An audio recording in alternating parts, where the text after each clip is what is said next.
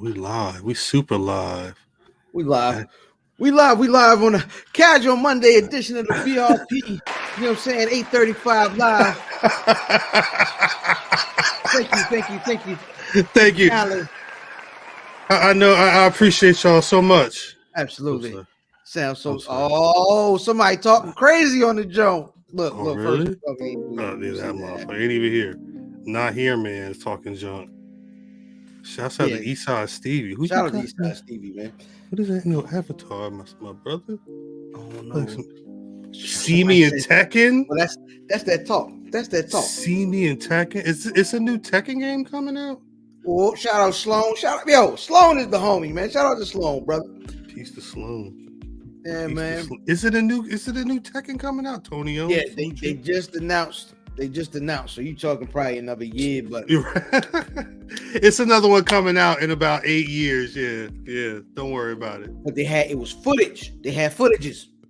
They had the footages. Footages of the video game. Yeah, they had the footages, man. So I'm excited.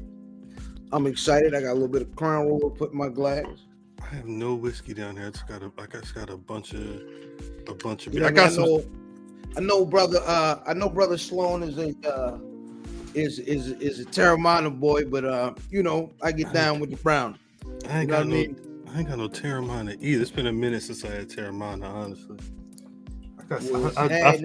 I forgot to get my whole setup set up all the way. Well, nigga, The Rock gonna end up sending you something, nigga. Shit. Hey, man, shout out, man.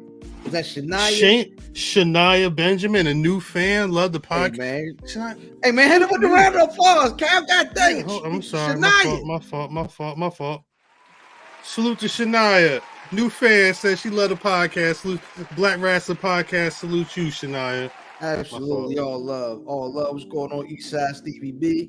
My fault. We working out the kinks of this. It's applause only. Yeah, Antoine, you ain't late. You here. Yeah, you want right on time. You right on time. Yeah, Club. Ladies and gentlemen, welcome to Club 35. You know what I'm saying? 835 live. That's how we get down each and every Thursday night. Be sure to tip them bartenders. Tip your bartenders. Do not request a song from the DJ. That nigga is not playing that song. You don't want to hear Drake that bad, sweetheart. Tell me the truth. I'll be right back. I'm totally not set up the way I should. We kind of just went live and I was doing other things, so I apologize. Yeah, no, that's how we get out. You know what I'm saying? This is the ice cold open. You know what Super ice cold. Yeah, you know what I mean? What did he say? What happened? I want what? That's you wilding out. Rock, I don't know what that means. I don't know what that means. I don't know. I'm frightened. You know what I mean? I don't know what that means, Rock. Yeah. Does that mean it was so good that it deserves a round of applause? Salute to Uncle Nate. Yeah, whole time. Kelly Pierce, damn. I like that spelling of Kelly. That's kind of cool. I ain't never. That's different. One L. Yeah, whole time. Yeah, I'm not up on. You don't want to hold too many L's. You know what I'm saying? Exactly. Oh, me. And I'm stone cold sober, man. I just left a high school soccer game, man. Outside, it was cold. Nigga, you see, I'm in a hoodie. I'm dressed up like a goddamn cat burglar. He had a parka on earlier. Goddamn.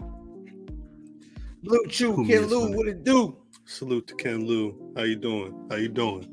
Salute to everybody in the chat. God damn. Yeah, man. Chat jumping off, man. Shout out to everybody, y'all. Y'all niggas, you know what I mean? I wish there was more going on for you. I mean, we're gonna talk about pro wrestling, obviously, but we kind of just getting it together. Let me actually. Oh shit! Here go. What the fuck? We're in the storm shadow. I don't know what's going on. The gray man down there about the. That's funny. He getting ready. Look at him. He getting ready to murder somebody. Like for real. Hey, yo, that belt is bigger than him. The belt bigger than his whole chest. He could wear the belt as a tube top. A whole top, a tank top. Shit. Salute the bodega should. Yeah, whole time. Is it cold on the East Coast? Yeah, it's cold. We getting cold. Oh yeah, we had a good time, Eastside Steve. Salute to something else. Season 1 finale just hit yesterday. Absolutely. If you didn't see it with the big bad Kaiju O'Shea Edwards, you can go to Black Rasslin YouTube after you watch this live. I ain't gonna lie, yo, Kaiju, like I don't know if you've ever seen Kaiju live, right? Kaju's a big dude, yo. It's a big guy. Like, I never seen him live, but that's a big guy. Like live action, he is a big dude, and like when you meet him, it's like he's not talkative, Right? But then we got him on something else, and you what was that? The show? I mean, what was that movie with the video games and whatnot? What movie are you talking about? The boy was going in. They was living in the stack of cars. Ready Player One. Yeah, Ready Player One. Oh, okay. I was about to say. When this nigga said, you know what I mean? You've asked the right question. Like that's what it was. With Kaiju, it was just like if you ask the right question, the nigga just be like, "Yo, open book." Yeah, telling us about that dang cooking steaks and drinking Crown Royal. You know what I mean? He's my cousin at this point. That was good. It was good. Good conversation. My fault. Blame me. I think actually it kind of made it iller because everybody like left and it came back in and it was a cliffhanger. Yeah, space. It was good, man. We had a good time. Yeah, but it was good to see people enjoying, something else. He really thought that was gonna get over, huh? I mean, I was watching some on YouTube talking about how Scorpion wasn't that bad, and then they were trying to name the songs on Scorpion. I'm like, it wasn't that bad, and you can't remember nothing. You know what though? The first disc of Scorpion was tough. It had some joints on it. It was that Primo. What was it? The Primo record was something Rose, something Rose, yeah. Sandra's Rose. Yeah, Sandra's Rose. It had the black. What did he say? I'm dark. I'm light skinned. I'm light skinned, but yeah. Like no, it had some records on that first disc. There's nonstop. Wait, yeah, nonstop was hard. Drip That's like how you feel. He sound like the Riddler in the Batman movie. You're sending 5 million food stamps to my house, or I'm gonna kill everybody. My prediction is. Shout out to the Faction Cast podcast, man. Shout out to the Faction Cast podcast. Like I've peeped, like if I pop on folks live, and it'll be like another pod, not like usually black ones. We usually cool, but like you hop on like white stream, you're like, yo, Black Rasslin in the house, blah blah blah. They won't shout you out. They won't put your basket right over your comment. Nah, y'all ain't. It's different. Look, you man. Hey, listen. Hey, it's room for everybody getting the door, baby. You know what I'm saying? So shout out to the Faction Cast podcast and 100%. Everybody else. You know what I mean? Shout out to Sloan, the Sushi Oak Boys podcast. You know what I mean? Shout out to everybody, baby. At a certain point, we're gonna be sitting next to each other at a wrestling show. Absolutely. Might as well shout each other out. Whole time. I got something in the mail today. Let me make sure it's nothing too crazy, but guess what just came in the mail? Let's on my hammer. I bought some sneakers the other day. Pack a pamper. It's actually funny because every other day it's like, oh my god, it's a restock. Shout out to the of Victorious this. Ones podcast. It's a restock of that. And it's always the same shit. I'm gonna send on some different shit, but like I'm not trying to get like fuck your Panda restock or your this is a this is a New Balance box. Figured that. Yo, I ran into the black and gray structures yesterday. Oh, where? In a store? At the Nike outlet, yo. For the yeah. I've never seen those out in public, like in a regular sneaker store around me. Yeah, I've actually never seen these out. They just restocked a bunch of these the other day. If you're a New Balance head, you didn't get up on the what I low key call 550 day. You messed up. Although, damn, I got these the other day. The colors on this is super. Niggas, I don't care. I don't get. Call me an old daddy. Call me whatever you want to call me. Damn, shit is. I ain't gonna lie to you. Go to that's the Sergio Tacchini website. They got some fire that'll rock. Word? Yes. These? Yeah, because I got a couple things sitting on. I got a Black Rasslin hoodie that go perfect with this right here. Matter of fact, the one I got on I could put this on right now and be perfect. I don't know. I got a couple of these. These was at Foot Locker. It was literally just the colors. I'm sorry. I don't know if people rock. I don't know if people rock 550s like that. 550s is really what they over the last year and change. They became their New Balance's Air Force One low. You know what I'm saying? Like they've been able to take that and kind of just do whatever they wanted to do with it, especially on like the old school 80s tip. Okay. I had to get those. I'm sorry. I got them in the mail. Just said. Yeah. Yo, I did end up. It's funny. Sloan mentioned the pandas. I did end up running into them world champs. Yeah, in the wild. Nah, heck no. I'm wait.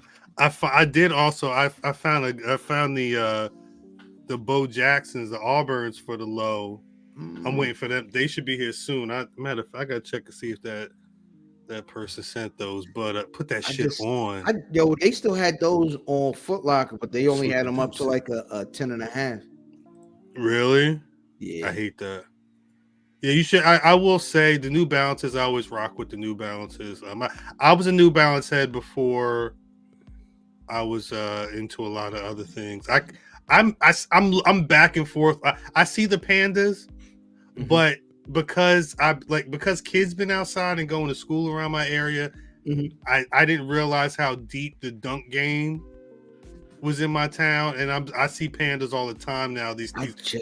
I saw a pair at the soccer game. Yeah, they're out. Like they was fresh out the box. They're a really good shoe if you just want to wear like an everyday.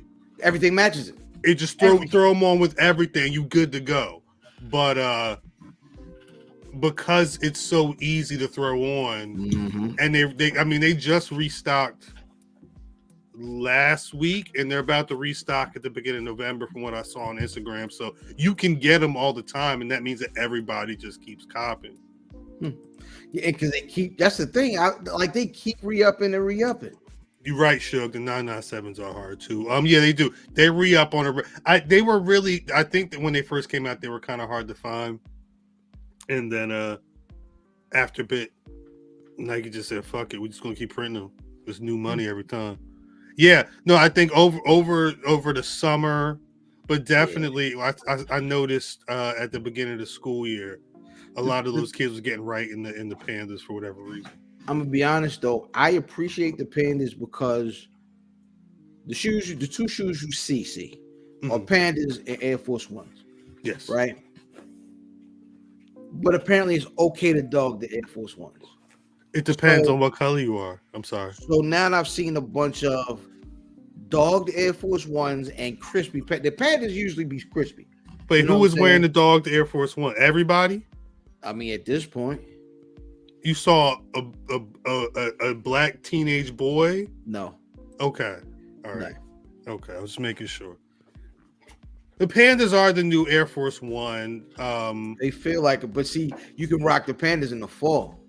Yes. Yeah. Although, are we specifying the panda lows? Salute to Is the Wiz. Because I seen a couple of cats with the panda highs, but I think the panda lows are probably where it's at. The 990s, I always hear they are a DMV staple. The 999s too, as well, right? I believe. Salute to Peeps. Damn, chat is live. Yeah. I wish we had more than just Davis. I don't know, Davis. Are you good? Why you got gloves on in your own house? Gloves and a mask on in your own house? Maybe. I don't know. Maybe the belt got COVID. I don't know. The belt got COVID. You good, Drip? Hey, yo, this nigga here. Because he said something earlier. Do you think Drip understands sign language? Probably not. Panda high and low.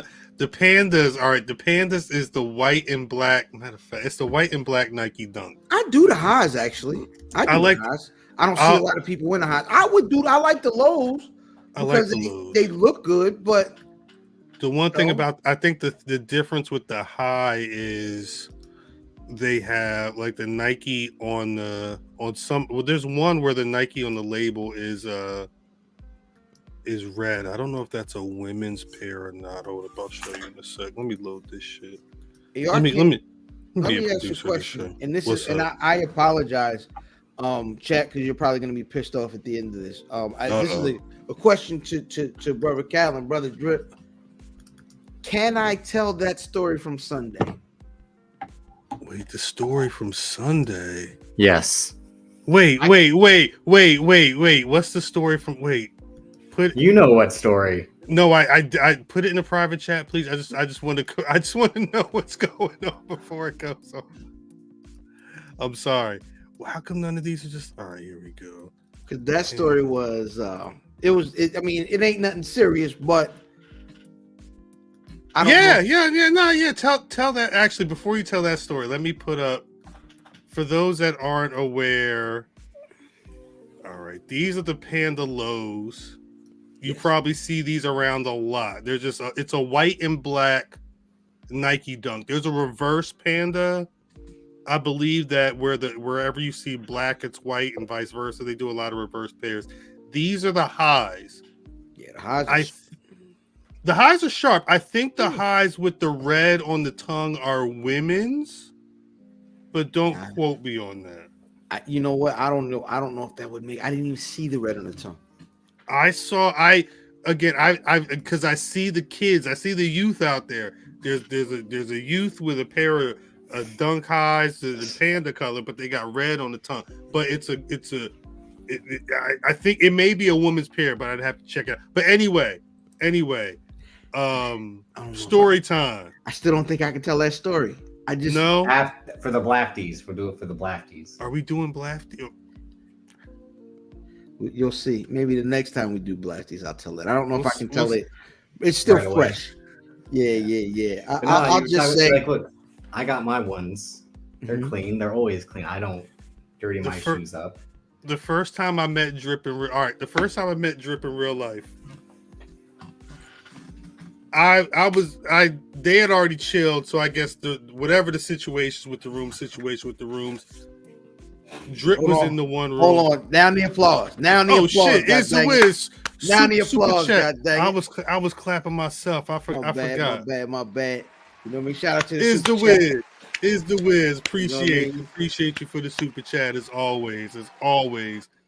Super chat is open for anybody that wants to that's feeling nice and wants to drop some coins in a donation plate. No, so the first time it was last November for those wrestling girls anniversary party. The room I was sleeping on the couch in the room, and Drip had the room with the door. He had to think on the next day to be like, you awake? Yeah, like the fucking popo. You got your ass fell out that bed and got up though. Yeah. He was in the room doing something, and it was a crispy Air Force One box sitting on the countertop in the kitchen. I said, "Damn, Drip flew here with the sneakers in the box." I've never done that before. I've flown. For Dallas, I didn't use the box, but I just packed them carefully because I had too much other clothes. I've flown with like the paper in the shoe. That's what they had them in as well, yeah. But I've never flown with the shoes in the box. You had that in your bag? Yep. I feel like that would take. It was a 2-day trip. A box though.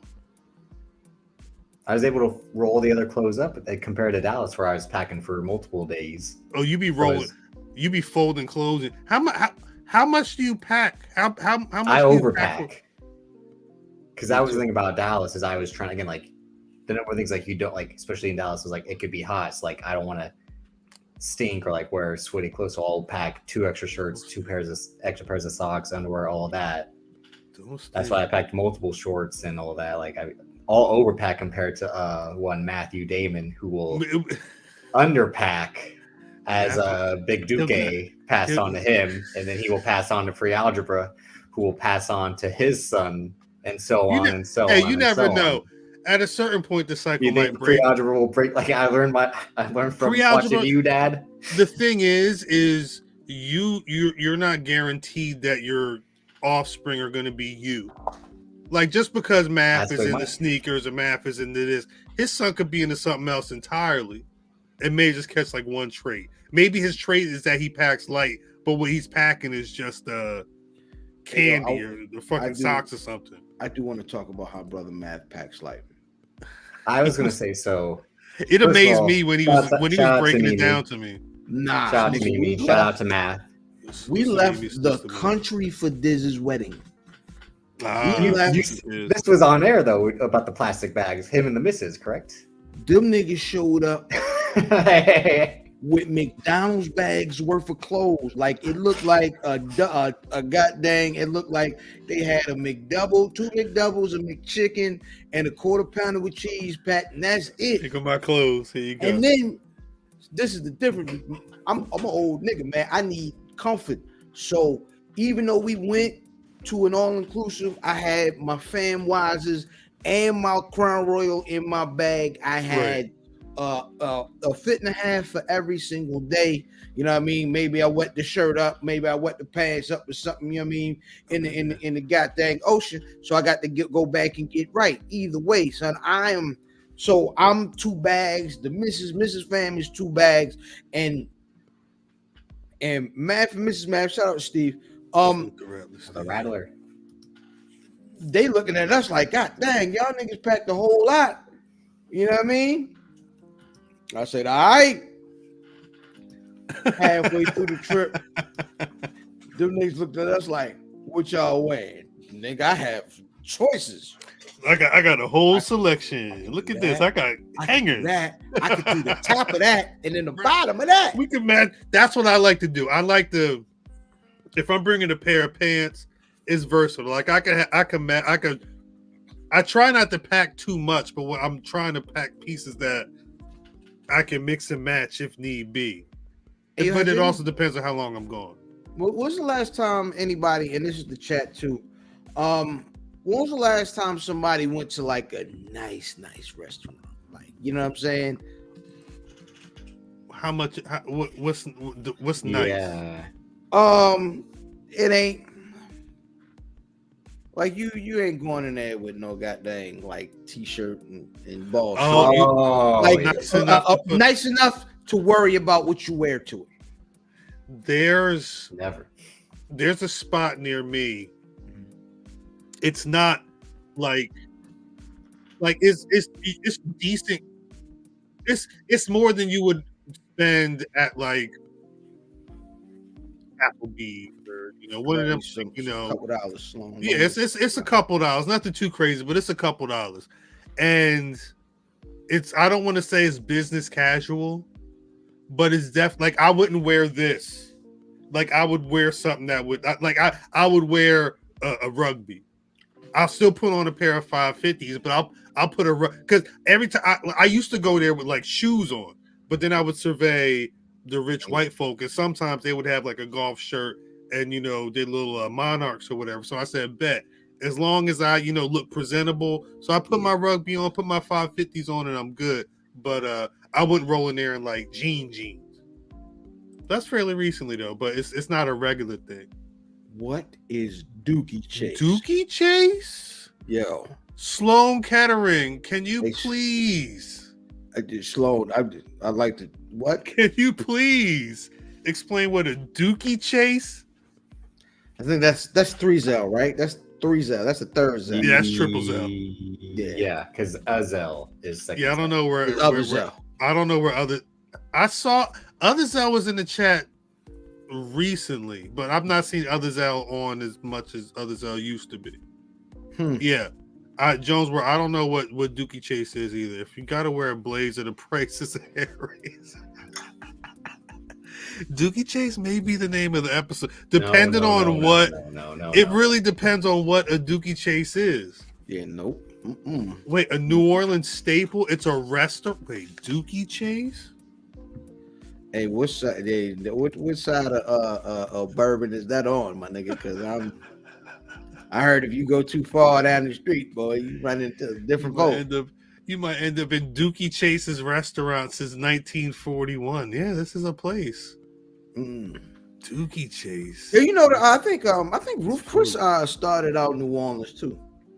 With Dookie? Ephraim, shout out Black Down 250. Table, man. 250 on the way.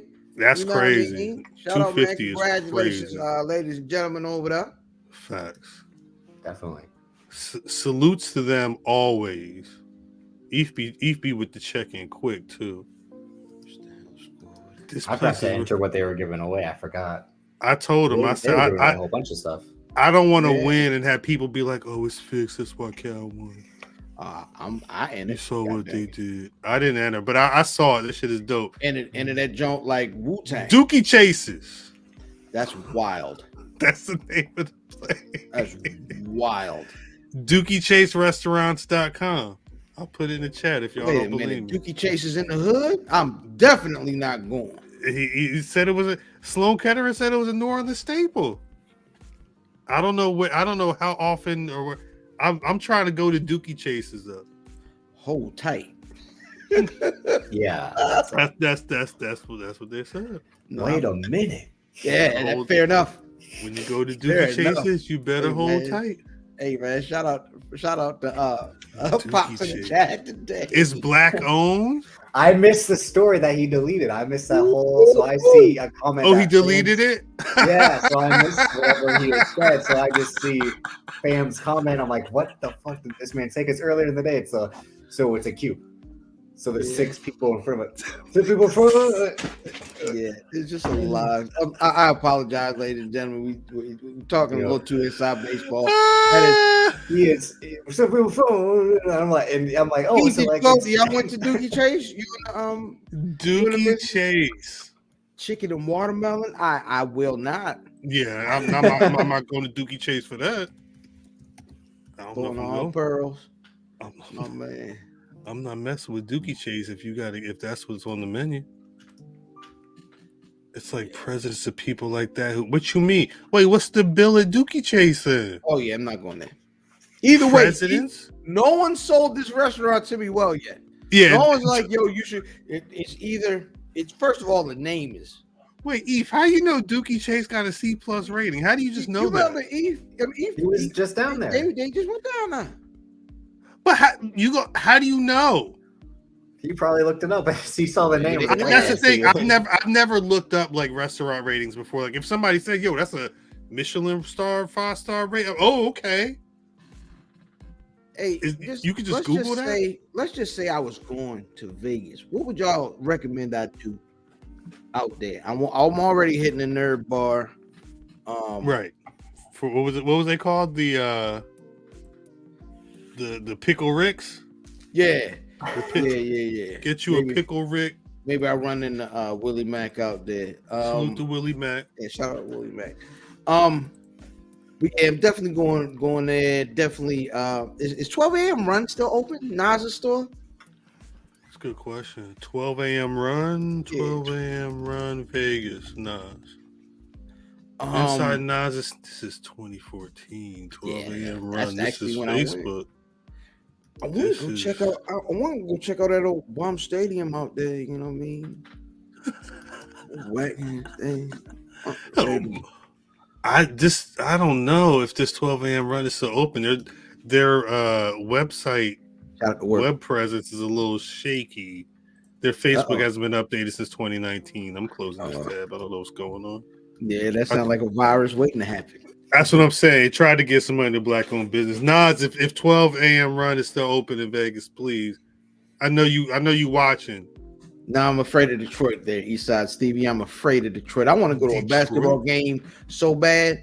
That's been my squad like my whole life. Like Detroit's been my squad since Joe Dumars and Isaiah Thomas, and you know what I mean. Why is that? Being where you're from, like there's no basketball team here. Not even the bullets weren't still around, or the bullets were. I mean, there was never Baltimore bullets. It was always DC. The Washington bullets. Yeah. DC. I'm saying you don't believe in proximity. I mean, DC. We not DC. Like DC niggas will make fun of how you talk if you from up this way. But so it's funny. Like, what do you? I don't talk funny. I talk regular. What you say, Trip? Don't talk no shit down there. Do not. Just because you the champion, don't talk Dummy. shit. Don't do that. Don't do that. We go down the ocean. See, Dummy. Do that. That's the white part. I don't talk like that. You know what I mean? I go down Ocean City. Shout out to Dr. Merritt. She tough. You know what I'm saying? Dr. Merritt. You know what I mean? Dr. Merritt. Marv and Quest McCody and all of them. Wait, Quest McCody. That's the name. Dr. Merritt, how did you find BRP? That's a great question. That is a great question. I would love to know. I'm always interested in. I hear a lot of people say, "Oh, I heard Black Announce Tape." I heard salute to Jabba Tears. Jabba Tears was out there representing for the squad this week on the pod. Watch your mouth. Dummy. Don't do that. Don't do that. Don't do that. That's not what we're doing. That's not what we're doing to my people. Oh, look at my tag team partner, one of my tag team from Baltimore, pale skins, love that ocean, wherever that is from. There's an intro. I don't know if the Black Watch dropped yet. Tony Brown doing the old school flow. I'm Tony Brown in the tank. It's amazing. If you're not subscribed to the Patreon, Tony Brown. Tony, I told you. Did I take that one out? No, I did not. I ain't running from Tony Brown. I'm right here. I told you, Tony Brown. And they got a mask, glove. He got to hold this guy's Tony Brown. That nigga is on the lam. That nigga robbed the liquor store this morning. I think it was via Twitter. Give me $20 in your best shot. Well, your second best Chardonnay. I don't want to take too much money. Your best Moscato. Dr. Mary says she found this via Twitter. Like a thought.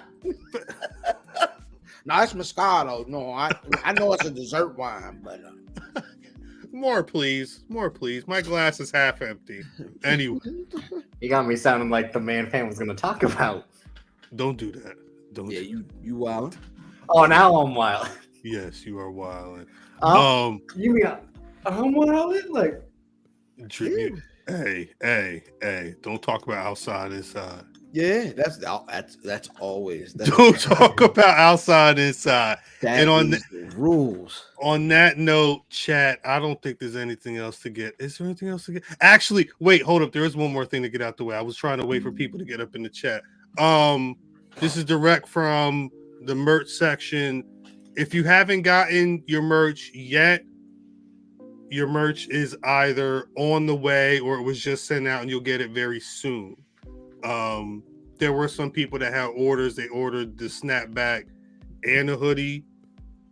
The merch department tried to consolidate that into one order. So if you haven't gotten it yet, hopefully you'll be getting it soon. Keep a lookout. Yeah, you know how like you get a chance, like when you order like 3-4 things from Amazon, it was like, well, you can save $2 if you consolidate. We didn't give you niggas an option. We consolidated. We just made it easy for you. It'll be there. It just trust. Yeah, I literally, I think this week a lot of stuff was getting prepped to go out. So be on the lookout. If you got any questions, always blackrasslin@gmail.com. Hey, no problem. Again, people were tapping in. I wanted to make sure that while everybody was around, we got y'all the message. Salute to Talk of Champions down there, Stan and Hearts. Free Keeks. Is there anything else we got to get into before we get into this damn show? I don't think so. Blame Cal and hashtag. I'm sorry, y'all. I'm so sorry. The full episode is up, and now we're gonna get into this episode. Let go. Greetings, wrestling fans, and welcome to another action-packed part of All-Star Wrestling.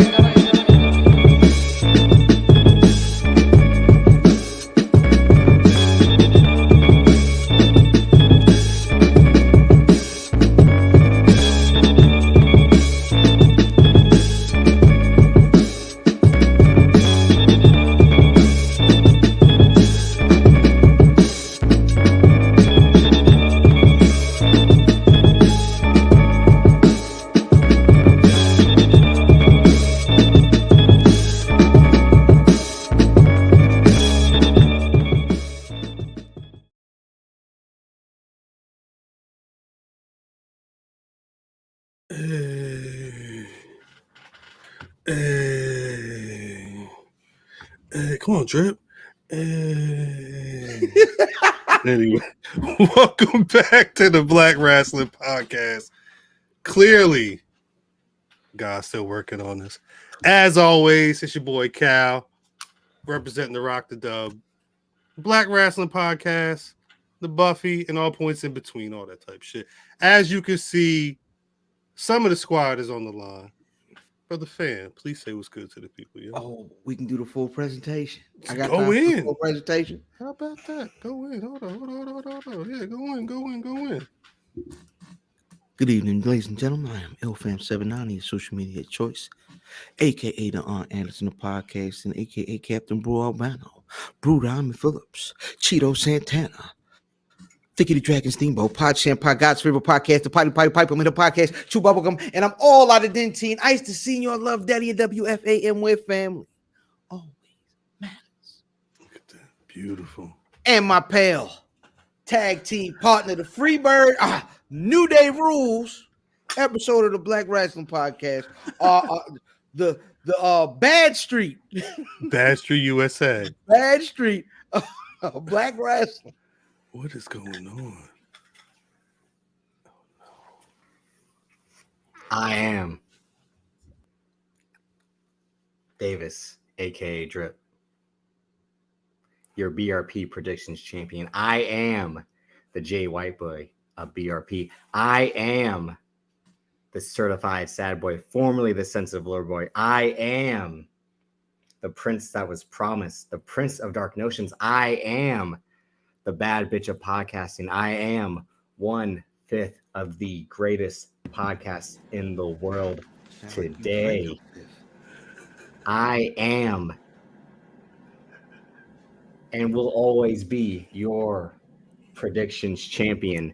Then, now, forever, 2 times.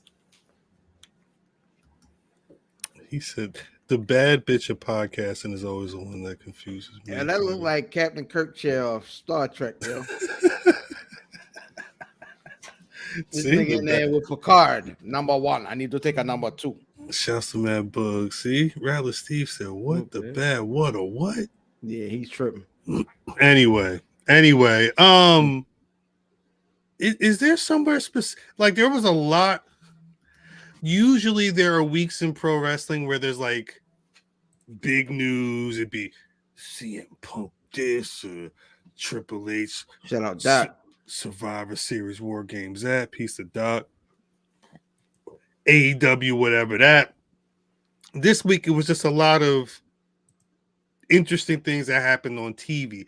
Is there something specific? Is there a place you guys want to start? Is there something that you guys saw that was maybe like at the top? And there's an interesting stat I saw this week. That Jade Cargill is apparently the longest reigning black champion. If you don't include like The Rock or somebody like all time. Jade Cargill? Like something like that. Like she's one of the longest running black champions ever. Oh no, I saw, matter of fact, what was it? It was Mans on the other pod. Okay. If I'm not mistaken, I saw he was putting together. Matter of fact, I think I had the tweet somewhere. He was putting together. He was going through stats of what was it? The wrestlers holding singles titles across major promotions, the longest reigning black singles champions in terms of days. And yeah, it looked like Jade Cargill's TBS championship reign was the second longest at 282 days. Behind MVP's U.S. Championship reign of 343 days, which I feel like I watched I was watching SmackDown at that time, and I feel like I saw each and every match of that title reign. Like, when fans said The Rock, I'm like, no, I thought his reigns were actually kind of like short. Not as short like Mick Foley's, who were like famously short, but like the burden of like being in the Attitude Era was like those title reigns lasted about a month or 2 months. Well, the Rock stat, it was I think the third person on the list would have been Shelton Benjamin's Intercontinental title run of 244 days. Yeah, but from 04 to 05, yeah. there was a correction that said that The Rock's run, his IC title run was 264 days. So it was a little longer pause than Shelton Benjamin's run. I'm sorry, I'm pulling up the tweet right now just so people can see what was going on specifically. Okay. Those are all the stats there. It was an interesting stat, especially considering that this week Bianca Belair's hit 200 days as world champion of Raw, which I believe is the longest running Black woman reign in the WWE. I believe that was a stat that was going around this week. Mm-hmm. I I don't think everything needs to be contextualized, right?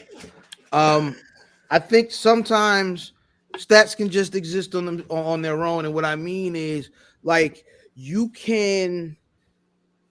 It's okay to like say, yo, shout out to Jade for doing something. You know what I mean? She's still coming along. We all know that she's not one of these. You know, she's not going to be confused with the greatest wrestler in the world as far as what she's done in the ring. But some people saying she's on her Cena run right now. I mean, I don't know. She doesn't have that's not a world championship. Again, Bianca Belair is on the Cena run. Jade Cargill's on the Goldberg run. Right. Well, yeah, but Goldberg never had his title stolen. Yo, in a way, he did. Check it out. Before I got to the spot on Sunday, Nyla Rose had got ran in there because the baddies were there.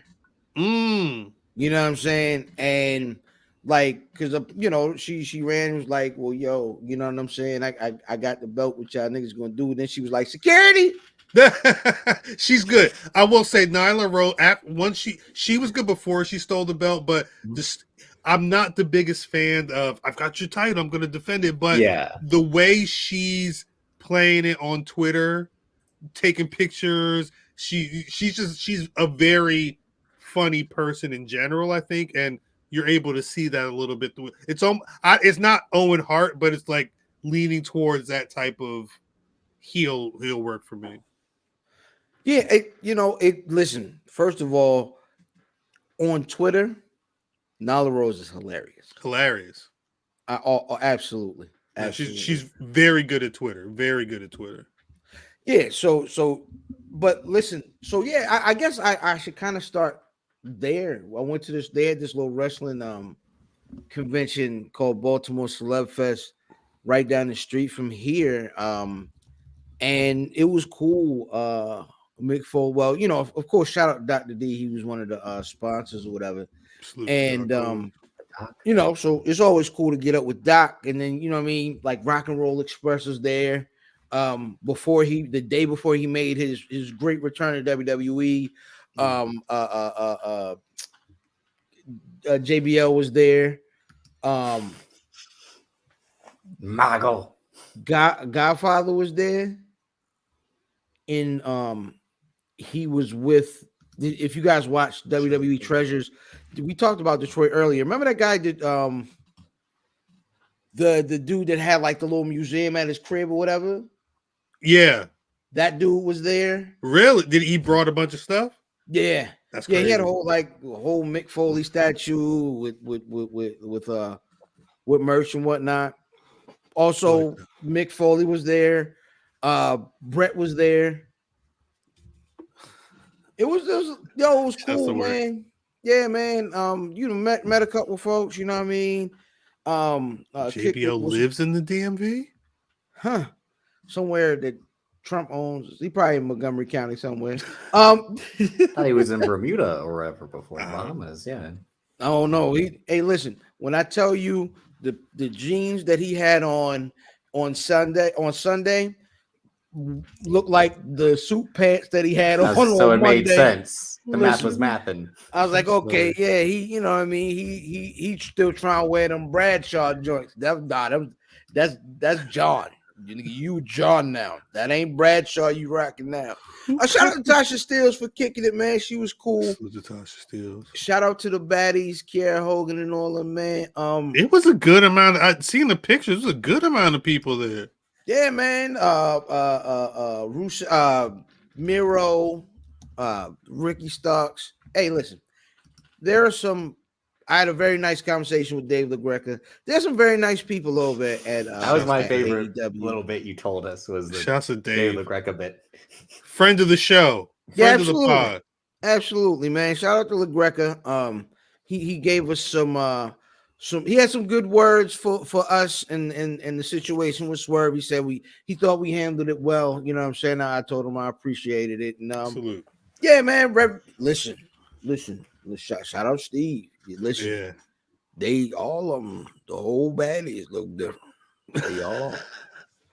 Listen, then they put Tasha with him, and I just, man, yeah, all right. I see what y'all doing over there. Y'all making some noise. Yeah, it was nice. It was cool. Because matter of fact, I think Tasha like took a picture with the baddies and added So this mine Jade now. Was like the baddies is mine now. I did see a photo. Yeah, I'd watch that show. You know what I mean? I watched that. I would show. definitely. You watch this show? Look at them pants, yo. Hey, yo, them pants is crazy. I'll take 2 passes to the rated R movie, sir. I'll take 2 passes. And the 1996 the Minnesota Timberwolves select John Bradfield Layfield. I'm wondering, like, why are his knees Kenny Smith's knees now? Yeah, no, that shit, it's weird. Why is he? Because you kind of hunch over now. You hunch over. You're not as tall when you start to get older. You know what I mean? Why is he bad? He did have bad knees and a bad Listen, back that's why he had to retire. When you want to talk bad, whatever they put on Corbin here is awful. Yeah, you mean like terrible. the stuff that Seth Rollins rejected when he was Like, on his babyface run? Like we watching it, and I'm sitting there with Mrs. Fan watching. She's like, "Nigga, is that his thighs?" I was like, "I don't think so." Yeah, it's a bad really choice. It's a terrible. Why would you choose? The thing is, like, there's colors that you could choose. Yeah, that's not the move. That looks like his skin. It looked like the name of the color is white meat baby face. There was nothing wrong with like the lone wolf gimmick he had before, in my opinion. I like when he was just a guy who was a biker and like was on his own. But you can't be lone wolf and have a nigga with you. But also, no, I'm saying like he I don't think he needs JBL really to like, because what's gonna happen after this? Like, but wait, I was gonna say, I think just like other situations, they don't even match. Yeah. Nah, I mean style wise, but again, I think Baron Corbin's a better wrestler than JBL. No, I'm talking like literally what they have on their bodies. They do not match. They don't look like they should be together. However you want to take it. Because he's got like a Rocky hat on. He got a Rocky hat on, a faux leather vest, and some see-through pants with some high-ass boots. They need to put him. If I ain't got no lockup. I would, you know what I would do? I would dress him, and y'all might fight back. I would dress this nigga like Tracy Smothers or one of the smoking guns or something. Whoa! Not with the jeans and the little hat and some cowboy boots like this JBL. This nigga's supposed to be getting out. That's what the dudes in NXT are doing. Josh Briggs and Brooke Jensen. Is that the tag team champions? Nah, they were the tag champs. They were the UK tag champs. Oh, yeah. I don't know nothing about that. I also don't know nothing about this. You know what's funny? I like the pairing. I just don't think they got the aesthetics right. Like it just doesn't look good. I think it makes sense. These are like 2 of the most booable niggas in wrestling history. Hey, Corbin needs a change too. He needs something to diversify what the fuck he's been doing over for a while. But you gotta like be cohesive. Yeah, it looked like somebody put this together on the DLC machine. They was like, it looked like this the tag team you don't want to put together, but if you do, they got the best chance of winning the tournament. Yeah, just off win percentage. And I there's probably something there. I'm kind of surprised that JBL's back. I was gonna say, is he really supposed to be sticking around to help Baron Corbin? Well, I mean, he was That's what gone. it feels like. Yeah, But I think. why? Well, Like, I'm Baron saying Corbin can kind of talk for himself. Like, not. I So mean, can Roman. exactly, and I mean maybe when I saw it, I immediately thought Jake the Snake Roberts and Lance Archer. Lance or Archer, whatever. yeah. Like it feels like one of those. Let's get the guy, the old school guy who can talk with a newer guy and try and get him. But the thing over is, he's that not way. a newer guy. He needs like they've Because they gone. need him to get Madcap Moss over. They went from you're the king to your hair looks trash to you're broke to Don't forget the Fridays manager. right. Like it starts out where like he's the lone wolf, then he's the constable, then he's the king.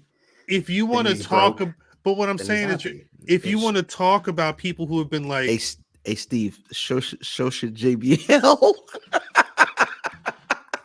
However, it's a good point. But if you want to talk about people who like have gone through the ringer in regards of up and down character, and for him, it's a lot of, I don't want to say a lot of down character, but he's very much not a person who you see at the top of the card all the time. 2022, he needs a remix. You need a kickstart to what's going on. So I'm not mad at it. Like as always, I just kind of wish things would make sense. And when I saw this, it don't really make sense to me. Royal asked a very, I think he is underrated. Is Corbin in regards to perception of him as a WWE superstar? Yeah, I don't think people like regard him highly. But that's like, kind of what, like, how can you, like, what are the high points in Corbin's? I gotta pull up. So I think high points is a booking conversation, but everything he's gone out to do purpose wise, he's done. Like you want to hate Barry every single time, and it isn't that go away heat. It's just that like I don't like you because you're a bad guy and you're good at being a bad guy. That's why I don't think he's underrated. I think he's properly rated because again, there's not that many accomplishments aside from a U.S. title run, King of the Ring, Andre the Giant Battle Royal winner. Like he has these minor accomplishments, but again, like he doesn't have go away heat to where like him beating a babyface is like the end of the world. Like if he were to crush the dreams of like Finn Balor or Rey Mysterio, like again, he just kind of beats up guys and then loses at the end, like Drew McIntyre, Roman Reigns, so on and so forth. Like he's good in the interim. I think he's almost basically like again the Miz without as many accomplishments. Like he can get a lot of stuff over and stick around. I'd much rather watch a Baron Corbin match than watch a Miz. Well, yeah, that's the thing. His 5 moves and overall match are like more entertaining because he can actually go. And not like the Miz can't go either, but I think fam to what you, I think part of the reason why Corbin is underrated is because of excuse me, the way he's been booked. It's hard to take into, for a lot of people watching pro wrestling, it's hard to take into account the good that Baron Corbin does when he's so bad at being somebody that you want to see get beat. And he's okay with being a guy. Like, I don't, he doesn't, I saw a quote recently. He doesn't necessarily strive for like, I guess he would want to have the big moment at WrestleMania, but like, he seems content just getting over as where he's at right now.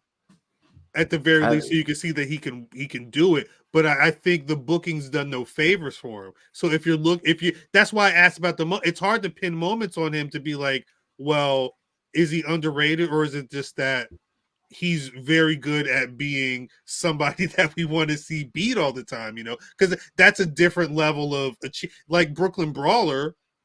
You're not you can say he was a very good pro wrestler, but he's a very good pro wrestler being someone that can enhance people who are supposed to be getting over to the next level. So, you know, it's I don't want to say he's not, I don't want to say that he's not underrated, but it's tough to know what his ceiling's supposed to be because after being king of the WWE, what is Baron Corbin?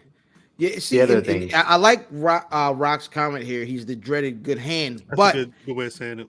he's the good, like, total package. It isn't just like he'll give you a good match, he'll give you a good feud. Yeah, You know he's what good I'm at saying? story. He's good Like, at story. you'll buy into, and that's the thing, is the folks that I'd say pair him up against- passable feud. Like again, the Drew McIntyre, I think after a while was just like, this is going on. Well, Drew too long, McIntyre but- is a charisma black hole.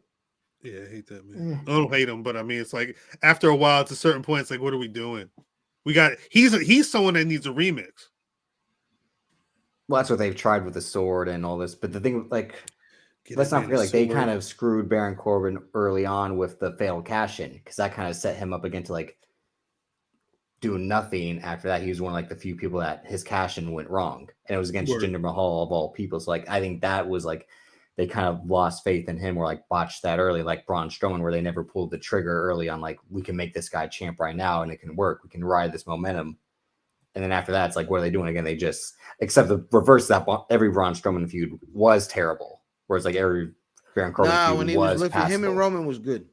No, I'm saying after that, like Oh. after like the whole, like when they failed, like when he made himself tag champs by himself and Nicholas, like that was like, all right, this guy's never going to amount to what he had just done prior. Well, you know what messed up. You know who messed King up. Corbin was working, and then like when I didn't like the Happy Corbin stuff, but it works again to like it was a good TV segment. That's how you stick around. I think his whole thing, like, I think he sees it as a job, and not to say like he doesn't have the passion for it, but like it's how he makes a living. Yeah, I think he's kind of he may see it as a job, but I think it's more. But he's willing to do whatever it takes to like stick Well, around. I was going to like, say, I think saying he sees it as a job kind of undersells it. I think it's more he understands the overall and understands his role and is content with being the best at where he is. You know what I'm saying? And that's not a bad thing. You need people on all levels. He's just very good at being that and is okay with getting paid very well to be that for his career. And hey, can't be mad at it. But I will say, because he's so good at helping build story, it would be cool to see him and again, maybe this is the start of that. Maybe they're going to be able to take JBL and insert Baron Corbin into situations like that. Like JBL was like a grown up when he put the suit on originally and then turned to a kid. It's like big.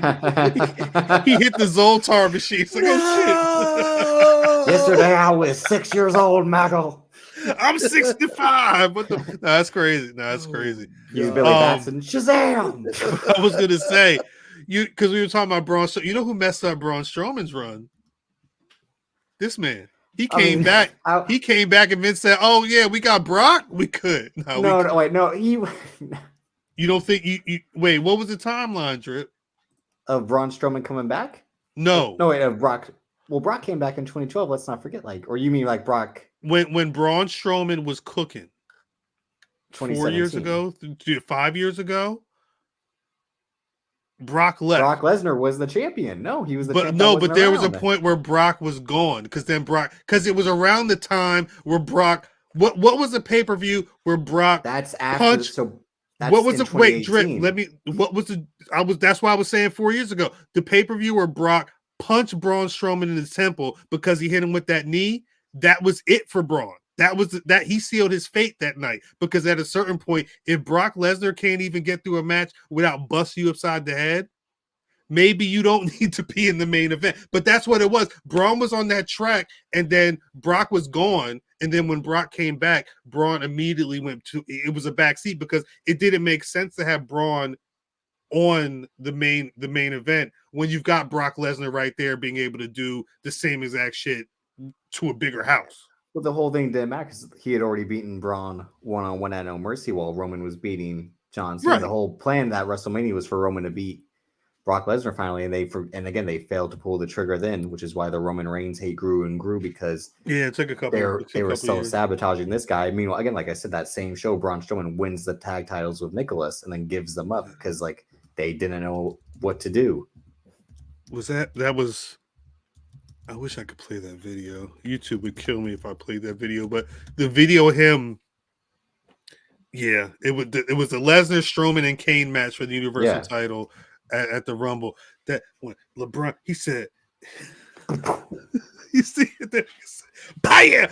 He was the fuck you doing? Braun said he hit the he hit the Lil Kim on him, but he learned that day. Brock Lesnar was probably like fucker, like Facts, and it was straight. It was ruthless aggression on the side of Braun Strowman's head. But I think that punch may have sealed Braun's fate in terms of the main event, because at a certain, you still got to work, regardless if you're number 1 or number 5 in the main event.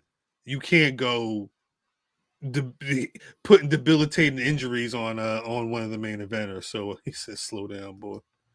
It's funny. Told him to calm down. That if the video of that where they show the hit, and then you see Braun stumble, and then they do like the slow-mo replay, because even the commentators like, yeah. Michael Cole was like, "Oh, took that motherfucker out." There and must be a even, reason and why now Corbin Braun is. Strowman's, again, and that's the thing. Braun Strowman's back, and like, what's he doing? Him and Omos is on the horizon. What is Braun Strowman doing? Yeah, it's about to be him and Omos. Is that the move? Yeah. Yeah. You know what's funny? But after that, what's the move? For who? Both. Everybody. So I think it's starting, and I don't want to get too optimistic about this, but there are 2 opportunities right now.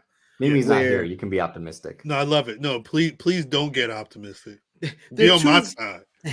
The two places where Cal, you are optimistic. You believe in Bryan Danielson. Yeah, but you know what? You know how last I wanted Bryan Danielson to win. I wanted Halloween Ends to be good. It was like 3 things that I wanted last week, and everything was trash. So this is why I'm not optimistic, because when you want something to be good, it's fucking garbage. So I show me somebody getting beat up on TV. Kids. Yeah, don't do have dreams until you turn into an adult, because once you turn into an adult, that's where I'm going though. Yeah, but carry on, fam. You were saying. But no, it's looking like there are 2 opportunities here for the Hurt Business reunion, right? There is, how is Omos, because Omos really doesn't have a signature win. They putting him against Ham and Eggers, right? And then you look at didn't he beat Bobby in the rematch? Let me look that up real quick. I thought he did. But the fact that we have to look it up means you're right. It's a good win. It's not like a signature win. And I feel like him beating Braun might be that if it turns into like a big, like the Brutes, the Clash of the Titans, like if they build it right? Then you look at Brock Bobby, which I'm hoping is not just a one-off for the Saudis. Shout out to the Saudis for wanting Yokozuna.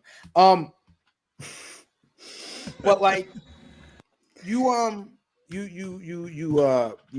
get a chance here to win bad, like win dirty, by bringing the Hurt Business back and banking Brock. I mean, right, and they're around. I mean, if you look, Cedric was all over. I don't know if it's in some of these stills. If you can see, Cedric and Shelton were down there. So immediately, have you seen what they're Omos doing with did Shelton? beat Bobby Lashley at WrestleMania Backlash. No, what did they do? Wait, what'd you say, Drip? I'm sorry.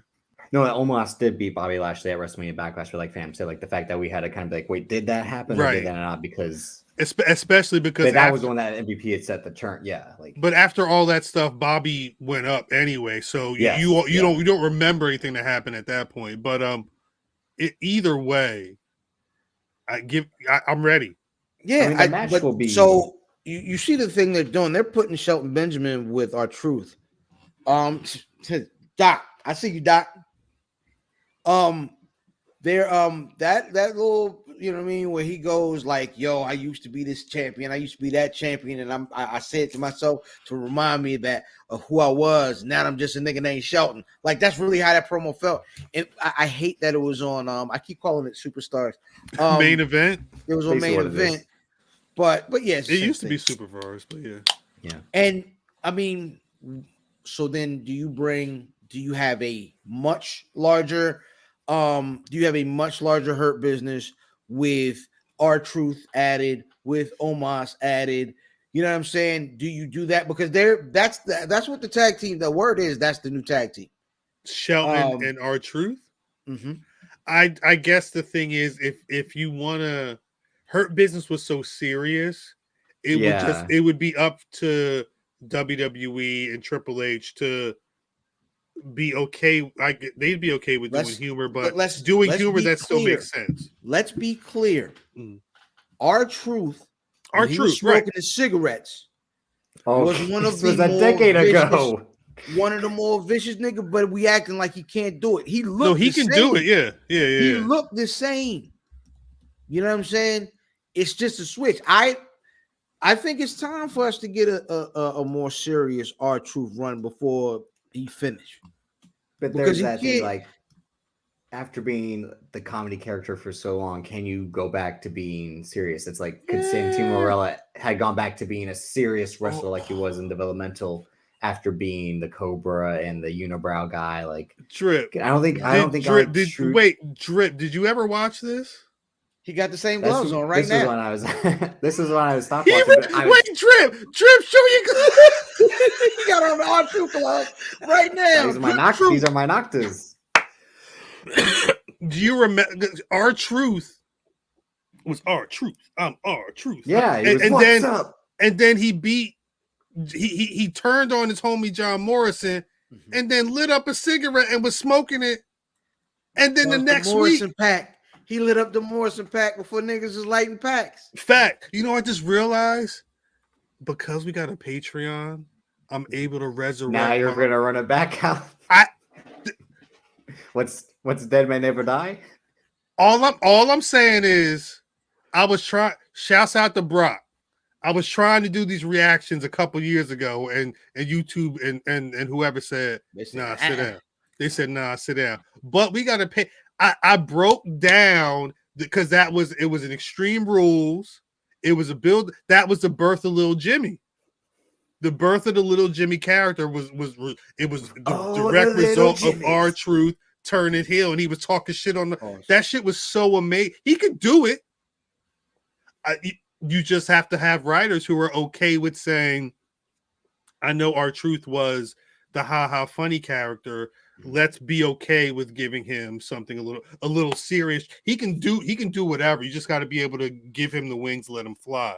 Like I almost think they should do something where like they expect him to be the comedic thing. Remember the thing that they tried to do and they hinted at with Big E when MVP was rolling up, like, you don't have to be the funny guy all the time. Like he was right.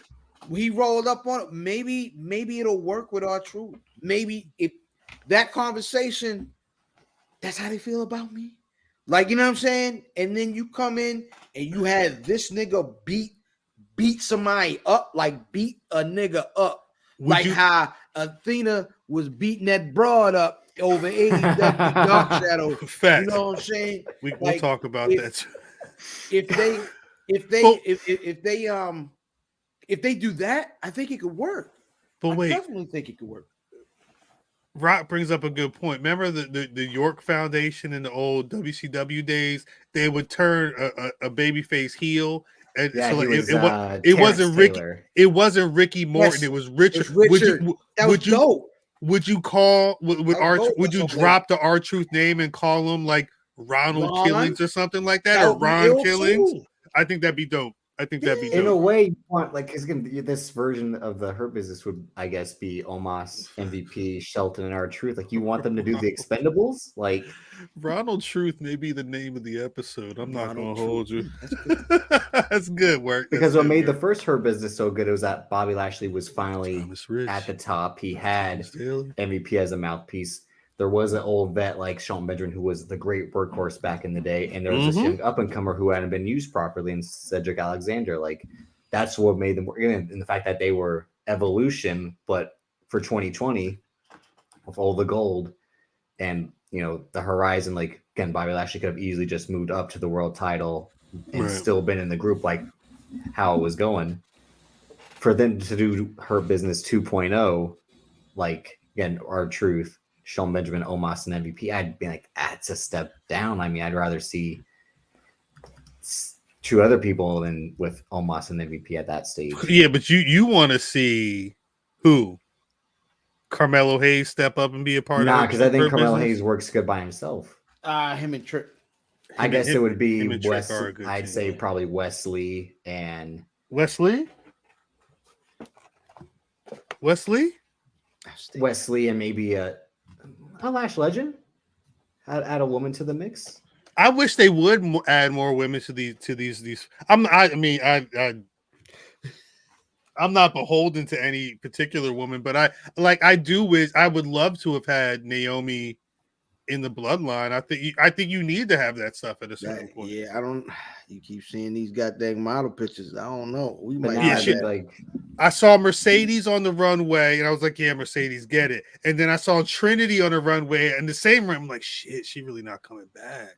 Yeah, hey, pardon me as I bang this muck. Outstanding. Everybody, give it up for Brother Fam. Give it up for Brother Fam. Give it up for Brother Fam. I think that's what someone like Wesley would need is people to talk or have a bodyguard like Omos, have MVP do the talking. And Lash Legend again, someone who could use guidance and more experience in the ring as well. I think that would work for me. Yeah, no, I think it makes sense. They just got to their thing is they just need to figure out how to get it done. Honestly. I mean, that was the thing about NXT. I guess kind of just transitions to this week's NXT, which again they sent Shinsuke Nakamura, Kevin Owens, Judgment Day. Wait. Let me pull up the doc. Austin Theory. No. So we were having conversations offline, trying to, because mind you, I was asleep. I was asleep at 10 o'clock for most of this week. I forgot that AEW Dynamite was going to be on Tuesday.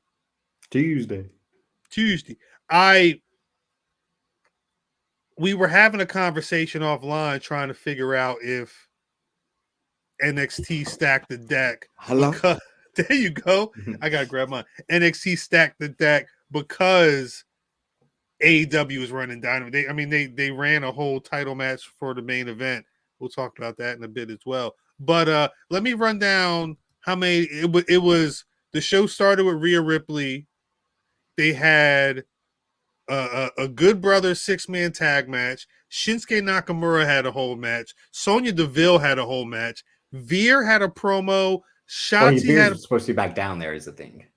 Regardless, Veer cut a promo. Is Shotzi supposed to be down there? No, she's just coming back to be the host of Halloween. She's coming Havoc back again for Halloween Havoc with Quincy Elliott. And they had a whole KO show to end the show. I'm not saying and Austin Theory at the end. Hey, did Pussy Father play basketball? Who? Never mind. Don't even worry about it. We're not running back the same joke a month later. Nope. Who? Don't even worry about it. I'm not saying WWE was shook or bothered at all by Dynamite, but I do think it's funny that the most like main rostery NXT I've seen, because I watched the show. Most of the people, not only was there a lot of main roster people on there, a lot of the main roster got over. It was still to serve storylines because this was still a go home show for Halloween Havoc on Saturday, but they didn't have to have a KO show on there. They stacked the show because again they're trying to rebrand NXT for the second time. A lot of these people aren't ready, so like let's send some people again who are ready, who have been ready back down, like they've been doing the last year. Viking Raiders, and so on and so forth. People that Apollo Crews, obviously, like people that have gone back and forth. So it's not them stacking it just because they're scared of Dynamite, which is also a factor too, because the people that they did send down, Kevin Owens and Judgment Day, some of the bigger acts, some of the well-known acts, and the fact they were finally competing head-to-head for the first time in a while. But in fairness, AEW stacked the deck too, but they've been trying to stack the deck the last 3 weeks with the same people you've been seeing on TV: Jericho, Moxley, so on and so forth. These people having matches, but you are supposed to put your best product on TV. Tony Storm having a title match, like that's stacking the deck is how you win ratings. That's how you win. But it's because they're not normally head to head on Tuesday nights. I mean, it's a natural thing. And again, a normal NXT card is great.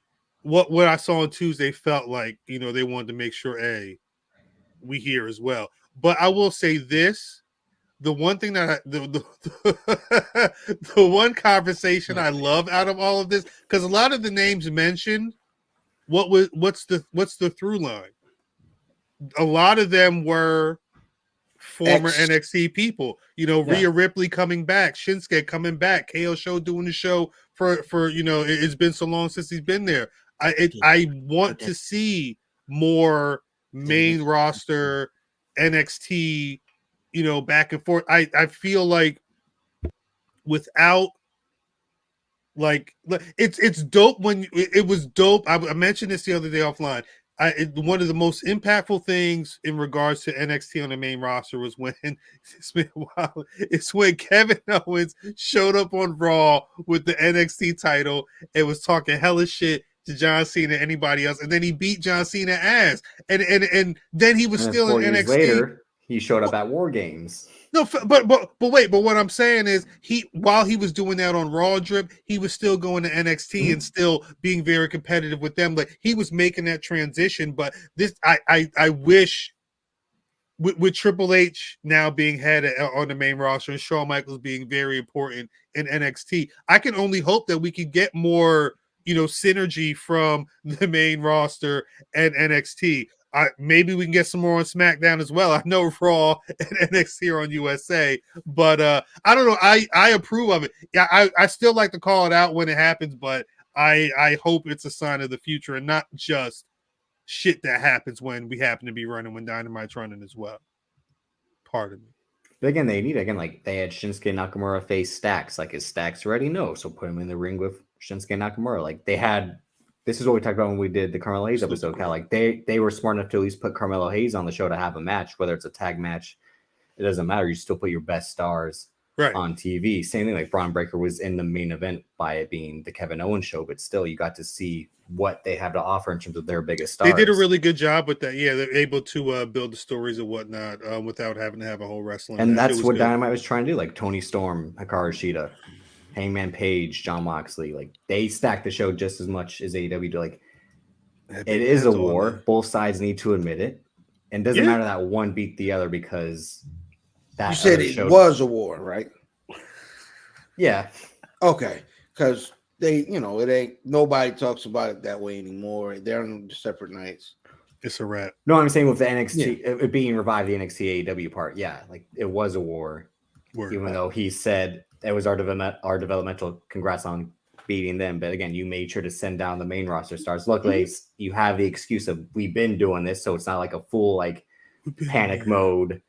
We're trying to win on this Tuesday night, but again, like Semper Vivi and Alvarez said, like there was so many sports on, the ratings were going to look bad regardless. What makes a Dynamite a super show?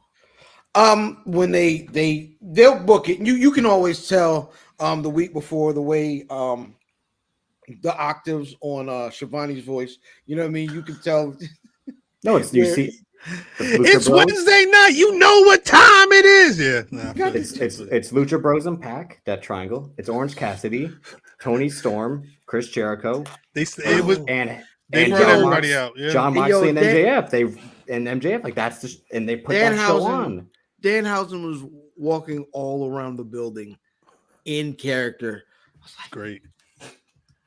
I ain't even think to hit him with the, you know what I mean? You know what I mean? You think you walk by the nigga? I walk by the nigga Danhausen. I mean Danhausen. I'll be like, yo, what's up, son? Like, what up, guy? Yeah, you think he would do the pod? We gotta send that email. But he would do it like this, like like. That's what I want. The pizza nigga was there, yo. That creepy fuck. The pizza nigga was in there. Wait, chat. Can somebody explain the pizza guy? I saw him making pizza or flipping dough and then wrestling. Is that what it is? Yeah, that's what it is. You know what I mean? That's it. First of all, that is the weirdest. Like, it's made of like Snuffleupagus back. Like, it's not no goddamn dough, right? Because there ain't no way he gonna keep. That shit ain't lasting 20 minutes, guys. Yeah, that nigga with these. That's not how dough works, bro. Yeah, no, not at all. He got the Snuffleupagus back is made out of, and then they get the, you know what I mean? He talking to niggas. He was doing interviews. Yeah, I saw him, and then he got kicked or something. Yeah. On AEW. Pizza Yeah, Daniel Garcia punched him, yeah. What's his I name? think that might be Luigi Primo.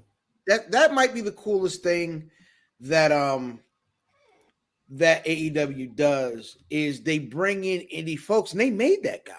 Like this guy can go and he can get rich on the indies now because he got over on AEW TV. Now it's an interesting economy right now. Let me ask a question: is Willow Nightingale signed? I don't think she's. Let's actually let me. She's in a. Willow's always working. She was in I thought the rumor was or the story is that she's signed to ROH technically. She's been working. She works a lot of ROH, yeah, and she can then work AEW. She's all right. She did a new NEW, the show with no name. She did that on October 15th. She beat Tasha Steelz. Her 4 previous dates were for AEW, but she's done a couple Beyond dates. She's working. She's been working this year in a number of spots. So if she's signed, it's on the low. It's on the lowest of low, but they let people work. You know what I mean?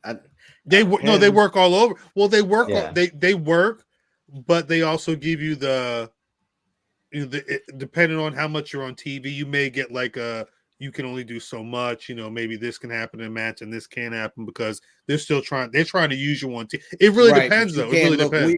And then only 2 people can do GCW. Japan, and the restrictions of places you can even go. Like it's a real interesting economy in indie wrestling when it comes, and it's not just AEW. You got Impact, New Japan. People are coming from all over to do spots everywhere all the time. So speaking of which, did y'all see the the thing with the Good Brothers and New Japan? Because Machine Gunners, they never wait or never. I don't know, never ever. Never ever. Never ever. Yeah, never ever. Yeah.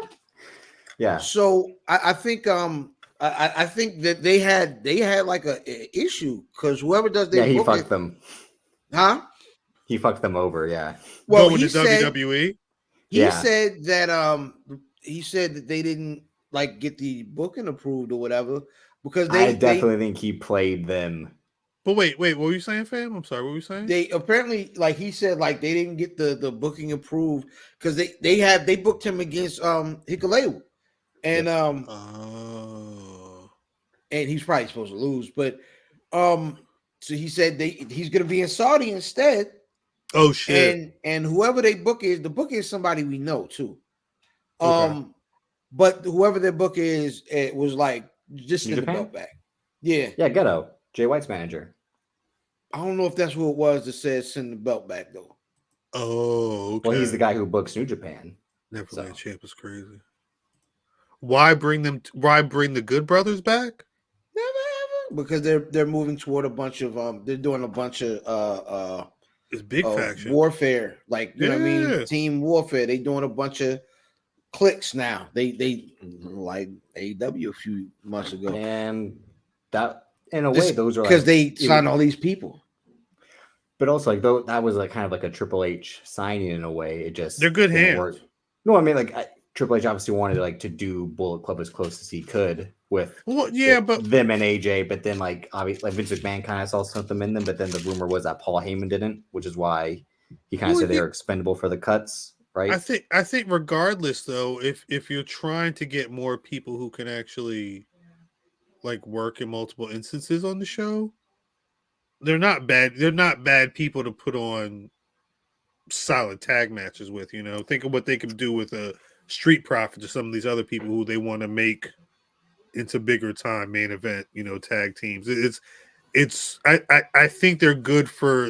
They're good for the tag team division in a way that AJ Styles is for the singles division. They can hold belts and get people over, but you really want them to help you build the future. You know what I'm saying? Yeah. If that happens, who knows? But also, like, much like AJ Styles, I think they're kind of on the decline in terms of what they were when they got together 6 years ago. I'm not. I'm not the biggest fan of them, but I understand it. But even them like elevating tag teams to the main event, only one tag team does that in WWE, and that's the Usos, which is why they're still the champs and will be the champs. But think about what you're saying. It's the Usos. Yeah. Who were involved in a storyline with themselves. Like I don't know who the number one contenders for the tag titles are. I know that Solo is laughing every time Sami Zayn does something, and Jay wants to fuck Sammy up. So at a certain point, they have to build a tag division if they want those titles defended. And I think you need a good brothers, just like you need some of these other teams to help that intermingling back and forth. And when you finally break up the belts, because again, that's why I like Hit Row, Legado del Fantasma, Brawling Brutes, Imperium are on SmackDown. Now they have the Street Profits, Good Brothers, Alpha Academy, Judgment Day on Raw. Speaking of people, because I mean, there have been a lot of these moves like you're talking about. One of the biggest, I think, is Rey Mysterio. They specifically, because they had that big 4-way, right? It was a 4-way tag match for the number, or for a shot at Gunther for the IC title. Where wait, chat, is there a name? There was a move. I'm not going to play the video because WWE will clip me, but there was a move where in the segment between Rey Mysterio and Ricochet on SmackDown, where Rey did like Andrew Everett has a Franken driver where he does it's like a Spike Frankensteiner. Rey Mysterio did that, but it was inverted. So the poison Frankensteiner. Like, I guess I was trying remember they call the reverse when what Kenny Omega does is the poison Rana when you do it right to the person facing away from you. One site I saw, this is such like pro wrestling move nerd talk. Well, this site is white noise talk. Facts. One site said that the Franken driver is also done inverted. I don't know if that means like you would call it an inverted Franken driver, or it's just you could either way you do the move, it's a Franken driver. But I guess I was the only one who tried to give it a name or wanted to think about what the move was ill.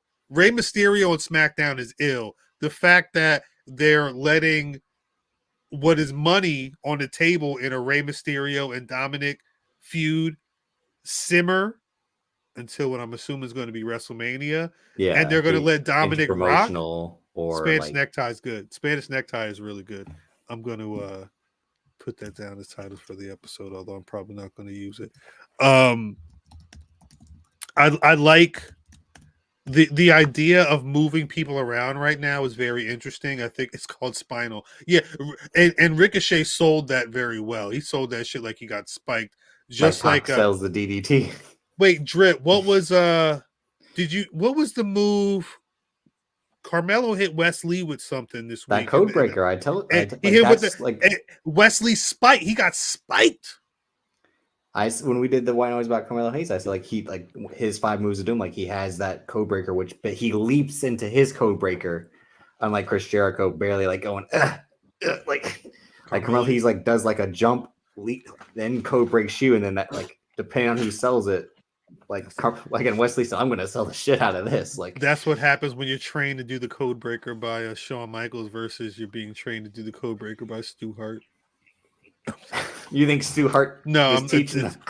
I'm joking. Show you how to do it. Why is he Big Duke?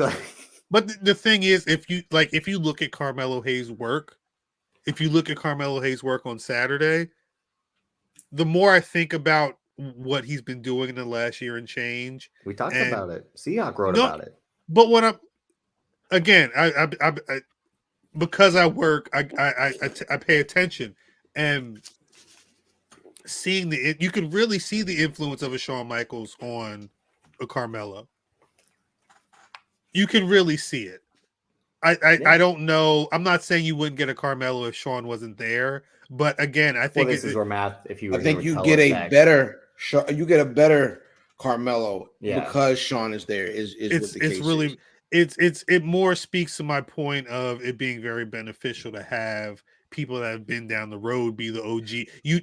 WWE needs OGs. I don't care what type of superstars you're trying to build. You need some type of OG to teach you how to be a heel, teach you how to be a face, teach you how to do those big matches, and really, while also trying to help elevate to the next level. They need them. Let me ask you a question. like we all get like the Triple H's and the Shawn Michaels and the guys are like, you know, they're legends, so it translates to being a good coach. Okay. A lot of the great coaches, though, in sports, are guys who are decent at their job. Steve Kerr. Yes, that's exactly what I was thinking of. Actually, There you go. But did you see the rings they got? Because those were ignorant. Those rings are crazy. But I wonder what guys from the era of wrestling that we all watch that are like past their prime is that coach now. Like, who's that Steve Kerr guy who was a role player when they were on TV, but you know, like maybe Jamie Noble or something. I was going to say, not our be, truth, but maybe Jamie Noble. No, wouldn't it be William Regal? Because that was the whole point of the MJF thing. Of like William Regal saying like, again, I might have not been some big time superstar, but I was a tough son of a bitch. Like, and I learned how to talk. That's why I was telling you, you need to learn how to talk. Like, Dean Malenko, Dustin Rhodes. Dustin Rhodes. I think he got a track because Dustin be having matches, but he had a track. Tyson Kidd. That. Tyson Kidd. Tyson Kidd's a very good name. That's a very good name. I don't know what he would have been doing if he hadn't gotten it. Well, he had kind of been figuring out late as a character, but his character was being in a good tag team with Cesaro was the thing. Like, his wife was Natalia. He would have been in TNA if that was the case. I'm assuming there aren't any like AEW niggas in the chat because you know we normally run them niggas off, you know, which is not my intention. However, I wonder like if Kenny had stayed out of the way and let Dustin get busy with the women, because that's kind of what was happening. Right. Maybe you let Kenny work with like a Jade to kind of get her better. But like, you think that women's division would be better? Because like it seemed like he was starting to kind of get some of those girls involved, and those girls really looked like up to him. Like they seemed like they rocked with Dustin. Right. I think you gonna say something, Trip? I think the thing was early on it was so Japanese influenced. They had a lot of women from Japan, so I think they wanted to establish a work rate women's division right away. So that's why when like Britt Baker then took over, it was like, oh, so like, but what your women's division doesn't seem so strong because she's the champion, like she's the top of it. While like now we've seen like the past 2-3 months, there are the Serena Deebs who had been around. Willow Nightingale's around a lot. Toni Storm came over. Saraya's back, but that's still a huge question mark. Penelope Ford came back, and she has a lot of athleticism and potential. And there's Anna Jay and Ty Mello who are again passable at times. But Athena too is another one who can work, but when she's not beating bitches up, like shout out to homegirl, yo, what's going on? Is homegirl okay? Apparently she's actually. Do we want to talk about that? From what I read, what I was going to say was that but to again quote Keeks in like the women's business of AEW is that it's starting to click more now because I think like Kenny Omega is out of it because they now I think had better women that are stars, right? Because they're now again 3 years in, people all have a vested interest in. Britt Baker, Toni Storm was a star in WWE that was misused. Athena as well, and Willow Nightingale is so likable, like it's insane. Again, Jade Cargill is the only question mark in terms of like she's so ahead of everyone else, look wise and promo wise. She still has to catch up in the ring, so like she's in her own field. Right. I think for those who hadn't seen the clips of Athena thoroughly beating Jody Threat's ass. I believe so, Doc. I think she is still Sarah there. Del Rey is still there, from what I understand. I think she's supposed to be trained. Well, that's what I was going to say earlier. She's really but she's one part of it. I don't think she's the character part of it. She's the training part of it, yeah. Right? But it's that, and then there's three components to it. There's the in ring, the I guess what you would call like the character part of it, and then like the coming across part. Of course, yeah. So it's like putting it together and yes, tell those stories. Yeah. So I think you have to put a team together over there. I think it's possible. I think that's the thing. I think it's hard to start the company and be like Kenny Omega, the guy who's also in the main event, is going to be booking the women's division. I don't think he can do both at the same time, and clearly he couldn't because the women's division was not as it wasn't as booked as well as it could have been after a while. So anybody that can go in there, but if it's Sarah back at the gym training, Dustin helping them work on promos and character, and then somebody else kind of like putting it all together for the matches. You just need a system. They just need something back there. They're 3 years in. Grab a couple of people. If it's Sarah, if it's Soraya, and it's someone else, like they can make it work. They got pieces over there. You just got to get people in those right roles. Yeah, and that goes into what they've done recently with Moxley being signed again as a player coach in a way. Jericho as well, yeah. And he wants the same thing. It seems like Jericho wants to again teach these people how to talk, how to be characters, which is why he picked Sammy Guevara from the beginning, who was just again a spot fest worker who didn't have a character and now has generated insane heat since. And Daniel Garcia again, he can wrestle, but what else? Right. So let's put him in these stupid hats. Let's have him join Bryan Danielson and betray Bryan Danielson. Like, let's try to do all these things. And Jericho's trying to let's have do some real pro wrestling. Let's teach these people how to be superstars. And Mox, I think, will again teach these people how to be wrestlers. Again, be the Arn Anderson, the Dean Malenkos, the William Regals, which is why Blackpool Combat Club exists. Like, he wants to pass that down to the Wheeler Yutas and whoever else would join. Does it exist anymore? What? Blackpool, I feel like it's a shit. It's something that Moxley wears on a hoodie. No, I guess him and Claudio just tag team and they did the interview with Danielson and Wheeler Yuta. They have vignettes of them training. They was in the ring talking about we a band of brothers. It's like and all this shit. And now it's kind of just like fight team. Like you train at that gym, you might not necessarily be cool with that person, but you're part of the same gym, so you're a team. As much as MJF is getting worked into this Moxley situation, that means that the Diamond Mine, what they call it, the Paradigm, what they call him, his flunkies, the firm, the firm is going to need some people to wrestle. It's the Blackpool Combat Club. Hey Doc, you need your cut, Doc. You and Corey need y'all cut. What happened? That's the Corey and all that. They the firm. They've been the firm for a long time. They trying to, you know what I mean? They gimmick infringing, man. Go get your bread, Doc. Tony Khan. Yeah. Tony Khan. We'll come see you, nigga. You know what I mean? Yeah, Full Gear is gonna be in Jersey soon. Can I get a ticket? Hey yo. Can I get a ticket? Like it's right. It's up the road. Rules and now expects every show. Nah, not every show. Just actually, did y'all see? Look at this shit. I've been so fascinated, nigga. That opens. That's like that where the championships is, like the outer ring of that's Yellow Diamonds, by the way. That outer ring of Yellow Diamonds twist. That's that yellow cake. Yellow cake. That's the way fans said don't touch that shit. Don't drop that shit. I got it, old man. Yeah, so I got it wrapped up in this. Like if you look at it, it looks like a bunch of gold. But like, nah, that's a whole outer bezel of yellow diamonds that twist and closes up. Yellow Diamonds is the name of the episode. That's I'll put it on the list. That closes and hides those championship trophies. And depending on who you are, how many you have with the team, is crazy. How many trophies are inside the ring, which is ill. I like that. Yeah, I like that.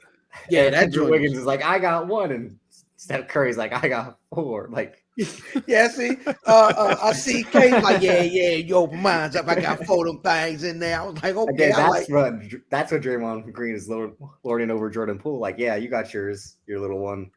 A Hall of Fame ring like that would be. I got 3 other rings and the ring that says 4 trophies on it. Like, Jesus Christ, yeah, I don't know. Diamonds is crazy, Antoine. You wilding out. You're wilding out. So, Athena beat girl ass. Woo. She It said, sounds like I heard your husband's king of black girl. Oh my Black in the god. trial, white girl, and that's what happened. That's the story I'm gonna go with. That's the story I'm This is the sticking to match it. you're taking our men. Damn. What you go white?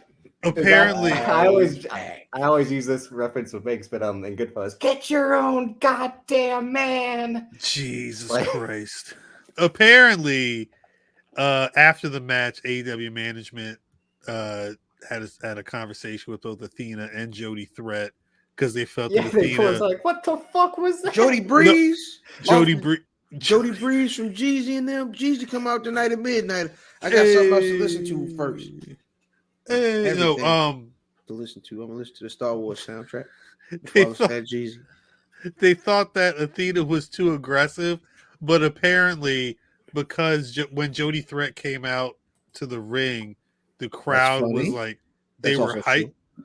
They were hyped for her.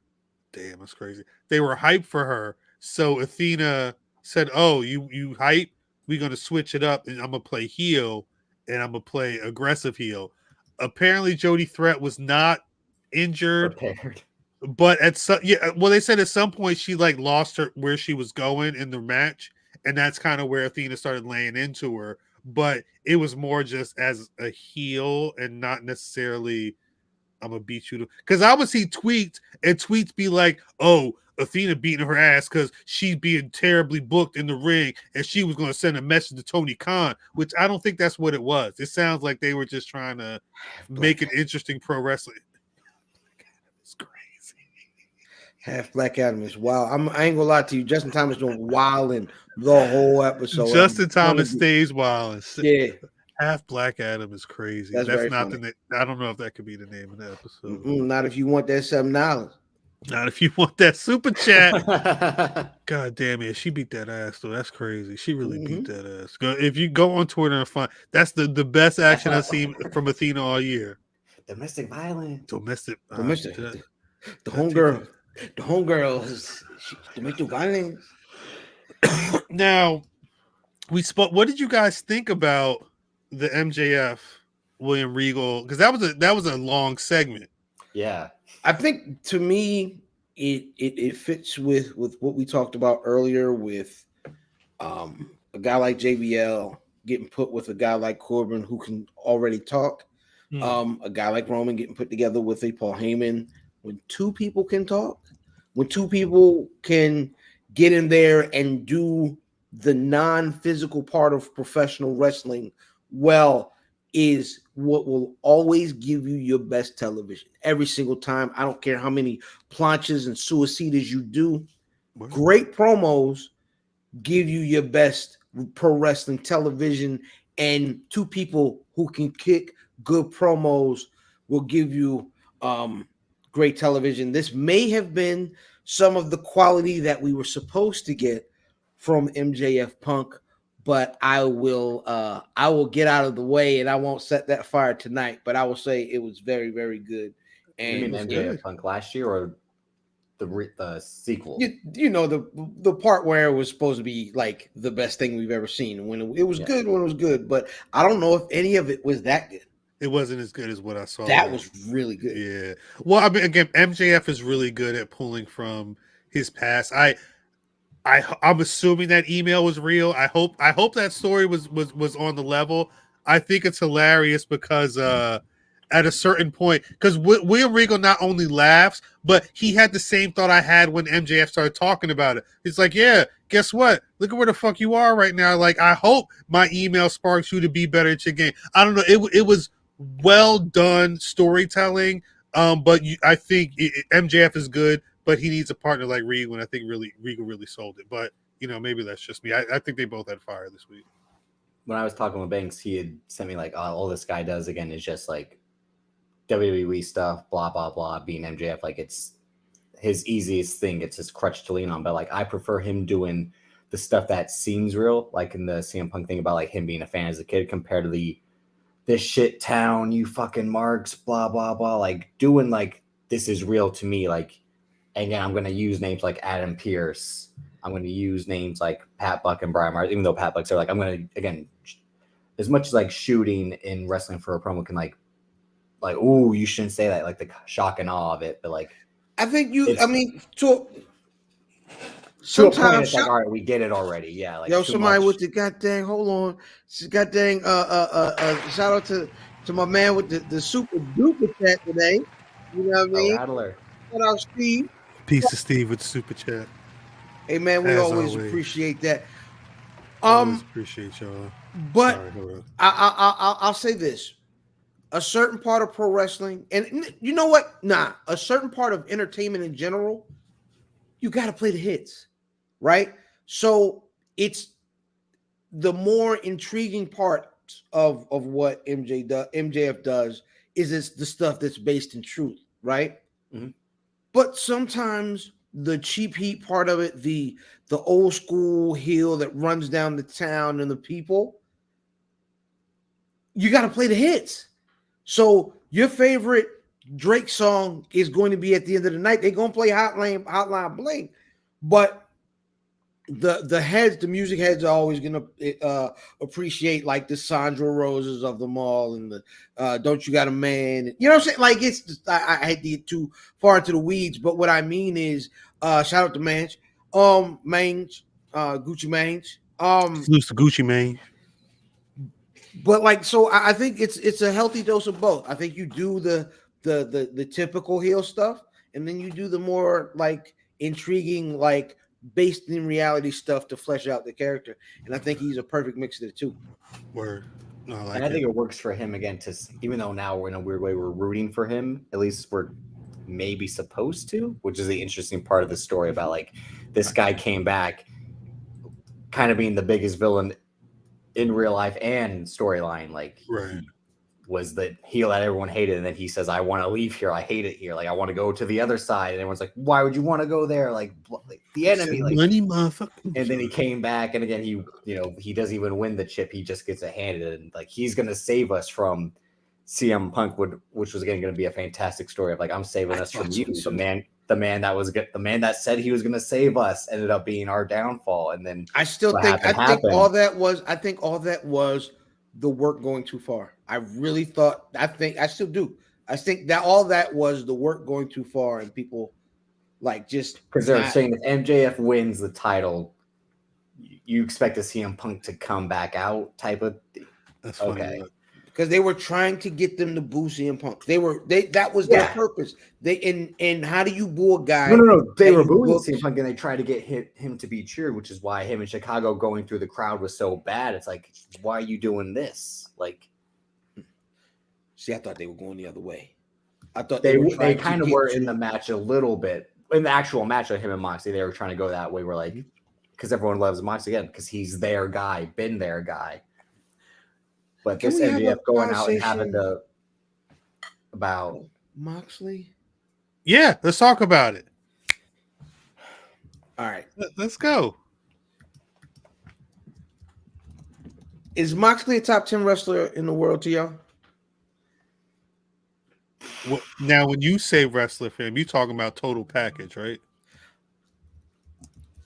You tell me, to you, whatever you care about in a pro wrestler. Thank you. Is he top 10?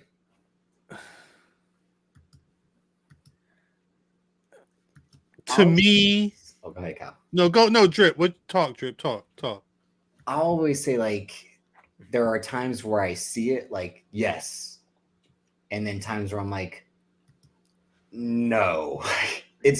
He's the real back and forth guy, more so than like how you hated Randy Orton and then turned the corner on Randy Orton. Because with Mox, it's almost match to match, feud to feud. Like there would be a while where like Randy Orton was kind of on a run and then get complacent, get back on a run, and then get complacent. But that would kind of be in the span of like a year or two. The Moxley thing really, I think, depends on the opponent as much as I think he's willing to go. Again, the whole, he bleeds every match, blah, blah, blah. But that's what he wants to do. It's his creative freedom. He earned that by coming over. He do be bleeding, though. But is every match a hit? No. Some are and some aren't. And so hold on, who said this? So Mill says Not my top 10, but he's the best. I don't think he's the best AEW. Daniel Bryan is a much better pro wrestler than Jon Moxley. He isn't booked in that way, story-wise, but he's clearly better. It was the same in WWE. They didn't book him to be the best guy either. At first, they did. I come on. I remember being a fan of Dean Ambrose. I remember thinking that Dean Ambrose was going to be the one. Everyone did because he was the better talker. I thought he was going to be the one that was going to split from the Shield, and now I see why Seth split. As they all became individual performers, Dean looked the goofiest to me. When Dean at the end, right. Don't forget they made him do goofy stuff like the hot dog cart that one week and sparks and shit in that one. Yeah. When he was talking into the camera, when the camera was on the floor, and then he was a good talker. And then all you got from Roman was, you know what I mean? Believe that or whatever the nigga used to say. But that's why I thought Dean was going to be the first one, because he was naturally, he felt like he was going to be the first one, and they went with Seth. They saw what they saw. But I think by the end of Dean's run in WWE, I was over Dean Ambrose. I like Moxley when he's on fire. I do not like a Moxley promo. I can't. He's supposed to be a babyface. There are promos where I'm like, it sounds like he doesn't care about anybody and he hates everybody. Or I'm just like, it either sounds like that, or it sounds like he's not necessarily prepared and he's just going through the motions. I'm not the biggest fan of Dean. I'm not the biggest fan of Jon Moxley right now. I'm not the biggest fan of him having to bleed in every match. Every match feels like a hardcore match at a certain point. And I know he can wrestle, but that style of wrestling that he does in AEW in those big matches, I don't need it. And I've not needed it from the beginning. But it's the thing, like Moxley makes you wrestle a Moxley match is the thing. Right. And I think because it's more violence, it's built for moments over moves, which is a good part of pro wrestling. But pizza slicers. But the thing is, he wants to be a guy who does moves tune away, or like, I'm going to show you I can do submission grappling and again, strong style strikes and this and all that. And again, a lot of times, sometimes it'll work with the right opponent, sometimes it won't. It really depends on the opponent as much as Moxley himself. Danielson, but he was underwhelming that last run in WWE. Again, this man lost to Sami Zayn at WrestleMania.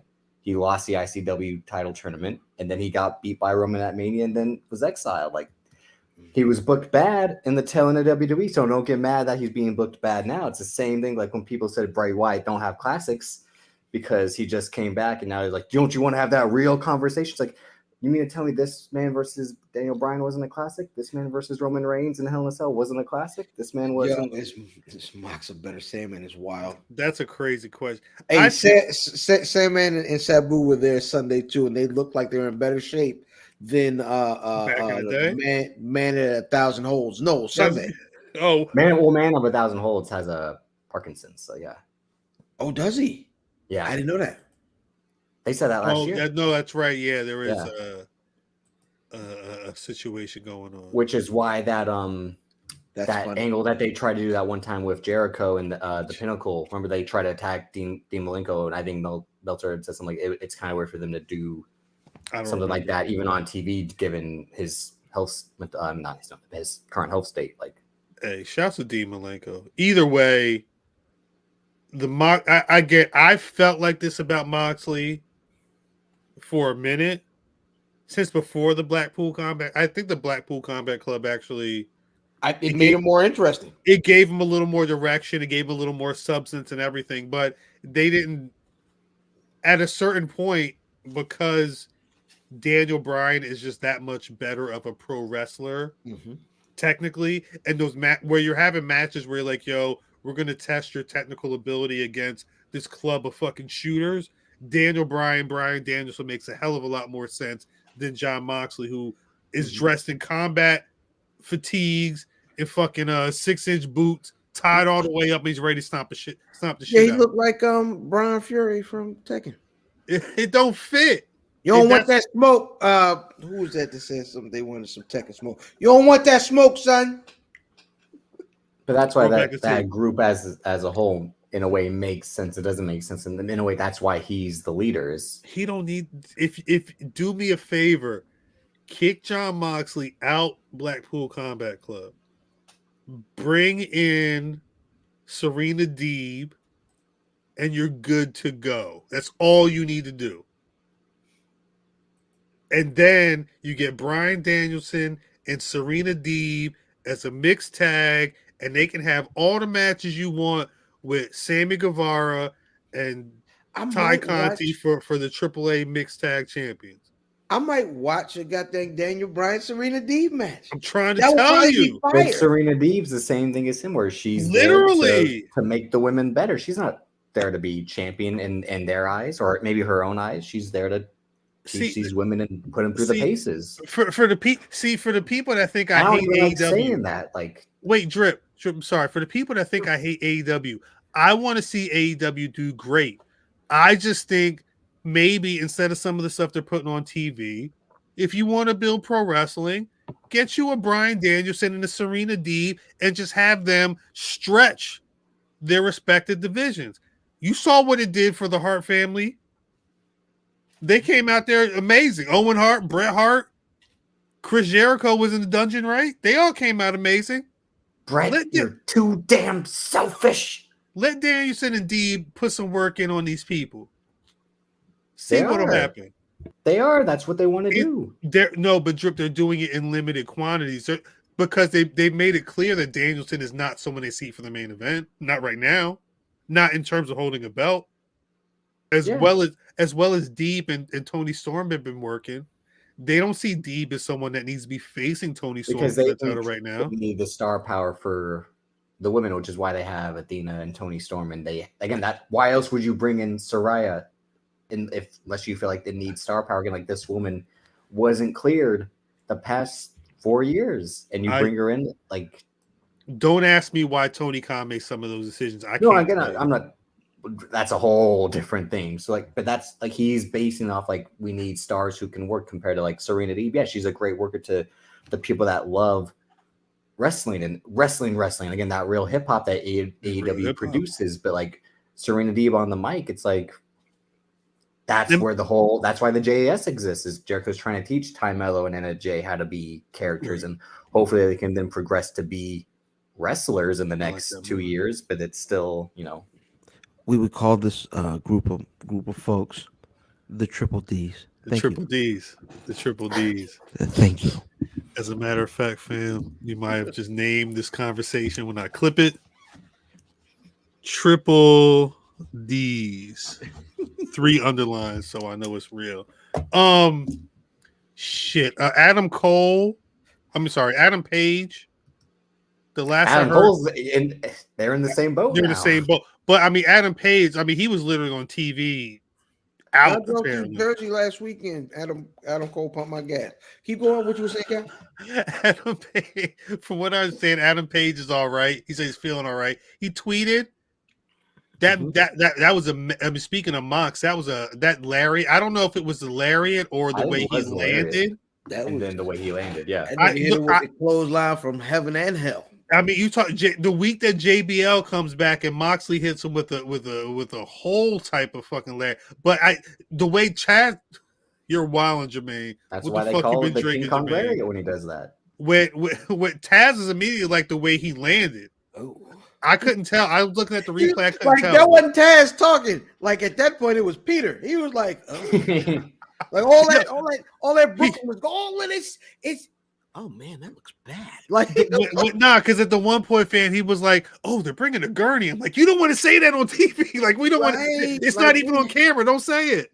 They had to bring out the wrestling ring jaws of life. Like they stretched the bottom rope up and all. Yeah, like that's why when MJF rolled out of the ring, when MJF rolled out of the ring to like not cash in, and he was trying to get out without like falling, like getting caught because he was like, "Goddamn ropes!" Like, but then they tried to piece something together at the end with MJF and Moxley. That part worked good to pay off the story we go earlier with the again. You say I take the whole thing, like you take shortcuts. You're not willing to put the work in. That's why he did the whole Saving Private Ryan. I'm gonna earn it Like, but you could tell that it was It was genuinely pieced like, together. Yeah, it was just yeah, like, they were really flying hey. by the seat. Maybe that was even supposed to happen at the end of the night, but what not like that. Yeah. Yeah. I was watching, they had a good like 10 minutes left at the end of that show, and there was a way more match was supposed to happen, and there was probably supposed to be something with MJF at some point, but because you figure he set it up for Full Gear. That's less than a month away, so we Something may have was been supposed to around happen the because time. don't forget they had already cut away to the balcony and he was gone. So that's again like they were supposed to do an angle regardless, but it probably wasn't supposed to be as like manic and rushed way it as was it was done, at the yeah. end. Yeah. It maybe it still would have been like him getting fired up again, like, listen to you piece of shit to William Regal. Like, Right. Jermaine, you wildin'. Jermaine, you super wild. No, it's good to hear Adam Page is okay. Mhm. He was walking around on Sunday. I don't know what that means for the future. Like, because if MJF is the move, who's after him? I mean, Adam Page he's nice and he's up there. They just gotta.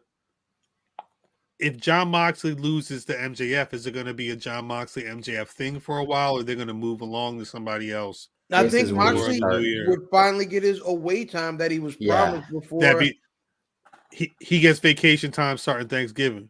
Yeah, And and this then the is messed up probably part where, about like- that is they just bought his old lady in, and she is official. How you sign a Renee Paquette? You know what I mean? And shout out to Renee Zellweger and all that, but how do you sign her before you sign Willow Nightingale, my nigga?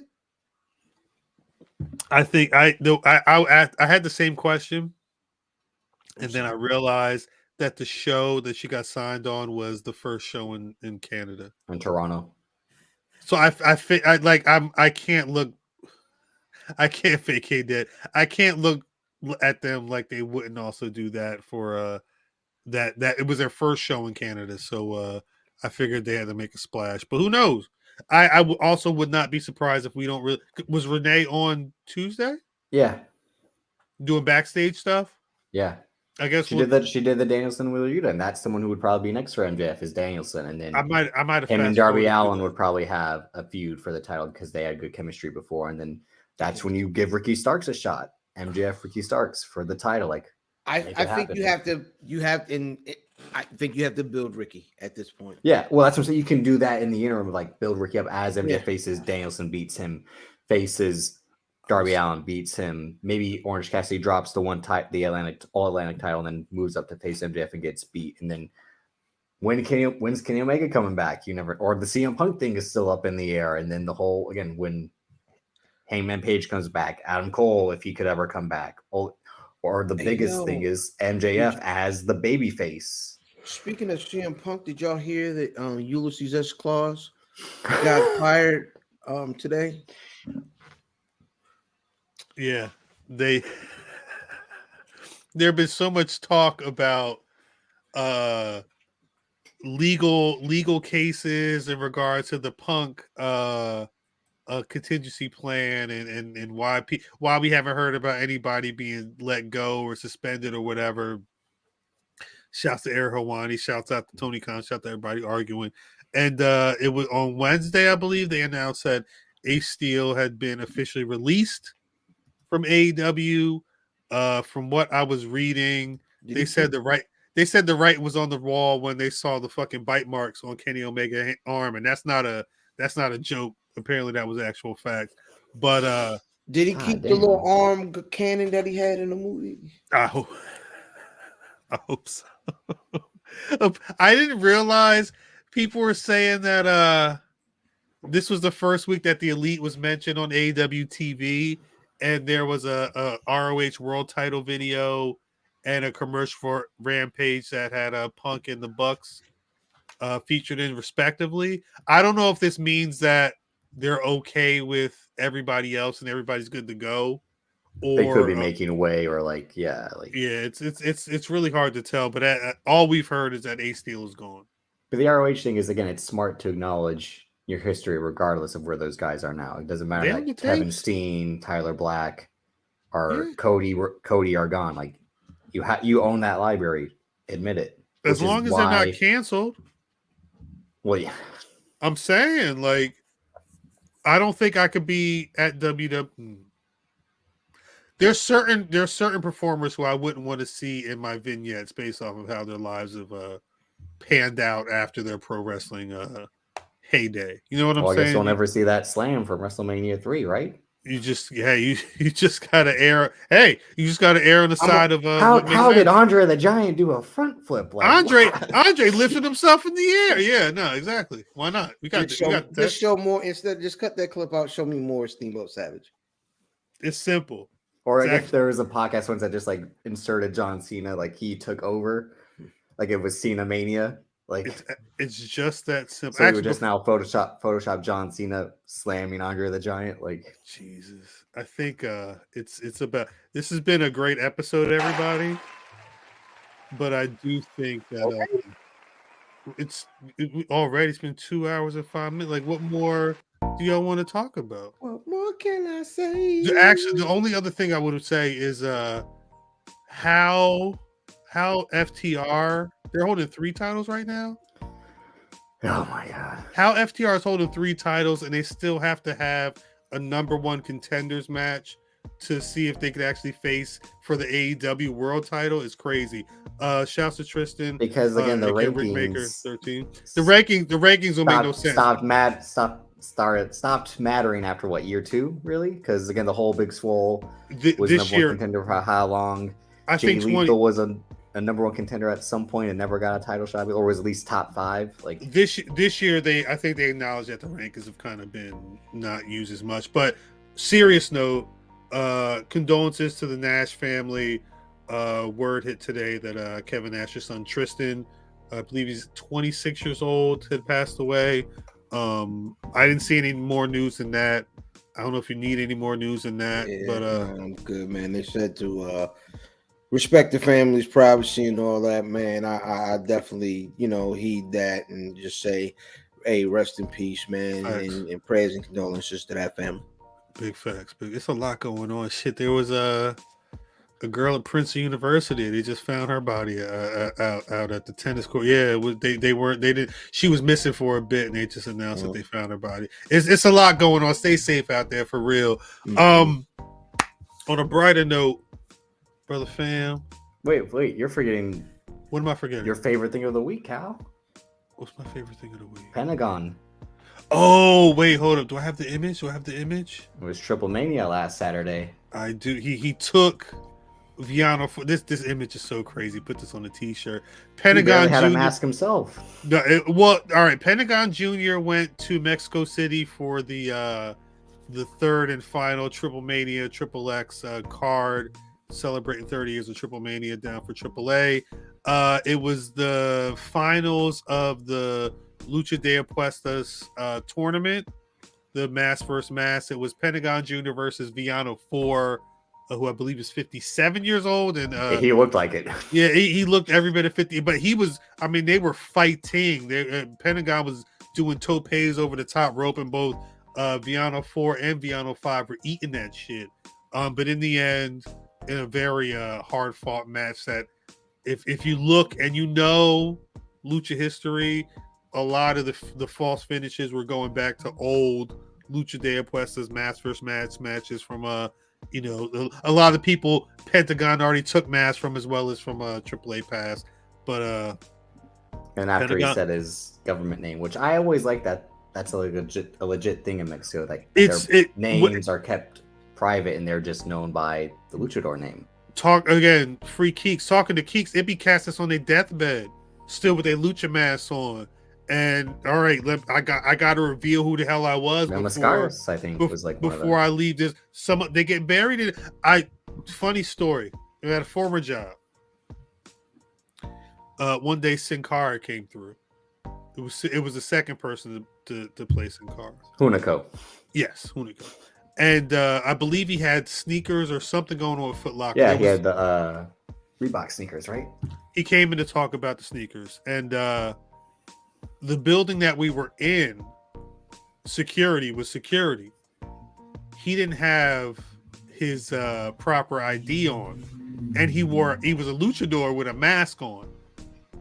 So at some point, I had to go down to the office and be like, hey, This is real. Luchadors and they mad. This is some real. They had to take my man behind like a secluded area to just confirm who he was before the security be tight in some of these places. But that mask legacy and luchador is no joke. It's no joke. But after a luchador loses their mask, that conversation that they have, like the post fight interview, emotional. They be. My name is Joe. You know, I've been wrestling for 30 years. I love my family. Imagine a luchador took off his mask. My name is Joe Smith. My name is Joe Smith. I've been kicking ass for 40 years out here. Nah, because I've heard it's football and it's lucha down there. Like that's all. That's what people go up for. So you know, any of those Mil Mascaras and all them, it's a big fucking deal. Yo, Humberto Garza Sr. passed away too. Yeah. Which is Los Lothario's grandfather. Again, that's the other thing with Mexico, that there are many legendary families. Yeah, because the whole thing about Los Lotharios is that they were cousins, even though Humberto Carrillo has that in last name and Angel Garza has the family last name. It's a lot. There's a lot of juniors who are really brothers to the person who was the original character, stuff like that. The whole thing about Joe Listico was he was Mystico 2 after Mystico left to be the first Sin Cara. Yeah, I was reading about that the other day and I got confused. But anyway. Oh, that's the story Vin told once on Oddball, was that when that Mystico became Mystico again after becoming Mysticis at some point, and Something he was like Co-Ristico because the second Mystico was actually Dragon Lee's brother. Like, I couldn't tell you. It's and a he lot. It's the whole thing in a way. They just recycle the IP. I believe Triplemania is on Fight TV. This is the finals. And again, Penta did this Saturday, Sunday. Then had a dope trios match on and Tuesday. then opened Dynamite with a trios match. And he's like, I don't know. I'm not saying Pentagon should be number one on anybody's list, but I will say every time I see him wrestle every week, he's higher on my personal list of current favorite pro wrestling stars. He's that fucking good. On that note, brother fam, I'm gonna cheat once again. I'm gonna go with two folks. My Black Wrestler of the Week, great promo, man, the gold standard, Shelton Benjamin. Also, my indie pro wrestler of the week. You know what I'm saying? My guy Andino. He was supposed to get busy in DC, man, and they had some malfunctions, man. But shout out to my brother. He gonna get busy real soon. Shout out Andino and shout out to the gold standard, Shelton Benjamin. Word. How about you, Drip? I got champion? two as well. Well, first, I assume Mimi, like always, would pick the EST, Bianca Belair. So shout out to Bianca Belair. Word. I'm going to go with star of the day, Big Duke K. Big Duke. Shout out to Big Duke.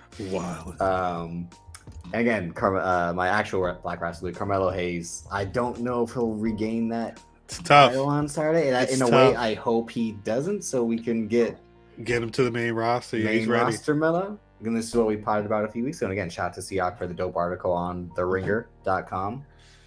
Keep you working. Yo. Former guest of Something Else, which just wrapped up season 1. Shout out to Lovely Low and one IlFam79 on your social media of choice. Trick So really that's, good at this wrap up shit. He be hitting all the points. Math. forget everything. Who would Math pick? I think Math would pick. Wait, who Keith was Lee. old? Wait, no. I think Math would pick Keith Lee. Who maybe, but who was old boy? It was an old boy that just won a title recently, right? Didn't Travion Jordan from Waves and Curls, right? He'll probably pick. Yeah, he probably pick Travion Jordan or Prolific Moses. Prolific Yeah. Moses just won the title. as See, well. Shout out to champion. Moses at MCW. I'm pissed off. I didn't go, He man. didn't make it. Yeah, it will be one of the two. My Black You Rasslin know, of the Math week. would actually probably pick Ricky Starks, given the again. Nah, we can't tell that story yet. Nah. It's not even for the No. Blafties. That's. I can't tell that story yet. I mean, that'd be. Let that story simmer. Hey, if for you a see little me bit. live in public, I'll tell you that story. But it was. Say- And say then, what's up- And say then what- because his government name as well. It's either or. You can't have both. It's a twofer. It's either or. Either Cuz first name or the Ricky Starks story. You know what I'm saying? You can't get no more. I think my Black Rasslin of the week. It's got to be Bianca Belair. Again, 200 days plus. Mm-hmm. What about Bobby Lashley? He fucked Brock Lesnar up twice. Look, this Bobby Lashley the barricade, the table. Again, trust me, I had to pull the photo. And then he put his hands up like, I didn't do shit. Like the thing is, hopefully, because they're going to Saudi Arabia. That's the thing. I'm praying that he gets some offense because he put Brock through. He put him through the dashers and the table. He threw him over the table. Like they speared each other over the table, and then he just like picked his ass up and went. It's tough. It's really tough. Now I think I got to go with Bianca Belair though. Again, over 200 days as champion. I sat ringside and saw her do her thing against Bayley. And Bayley's one of my favorite wrestlers, period, right now in terms of in-ring as well as character. I think Bayley's everyone's favorite wrestler right now. Yeah, but y'all was late. I tried to tell people about Bayley when she first turned 2 years ago, and niggas said, huh? And then what happened? You muted, man. You muted. You mean when Bayley was showing off her cornhole set? I think that's why she's everyone's favorite right now. I was trying to tell y'all. That's all I'm saying. Cornhole's really big in Maryland.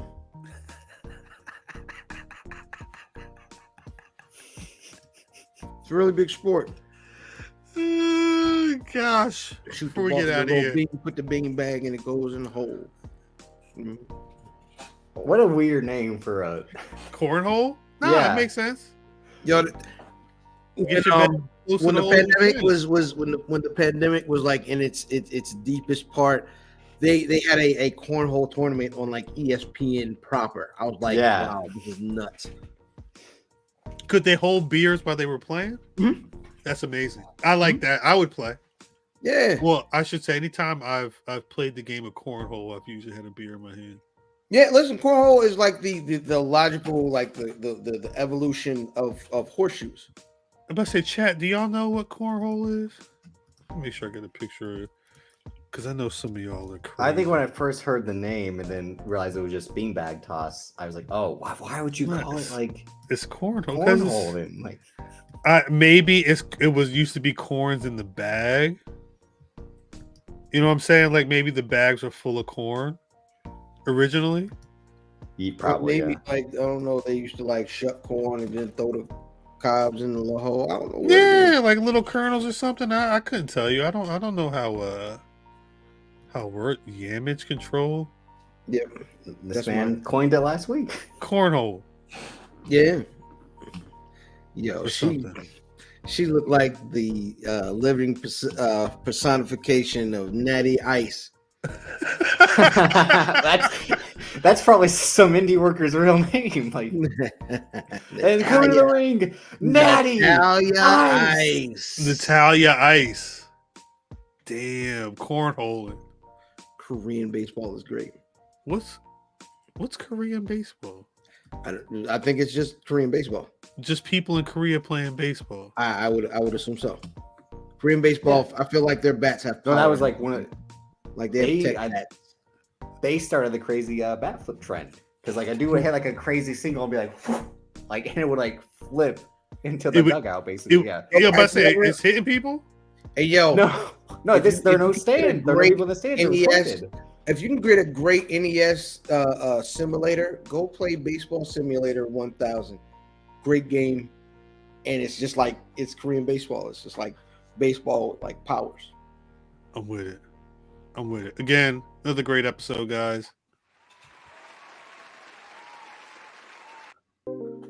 And all right, where can people find you on YouTube? You gotta get the fuck out of here. Yeah, absolutely, man. IlFam79 on all social media.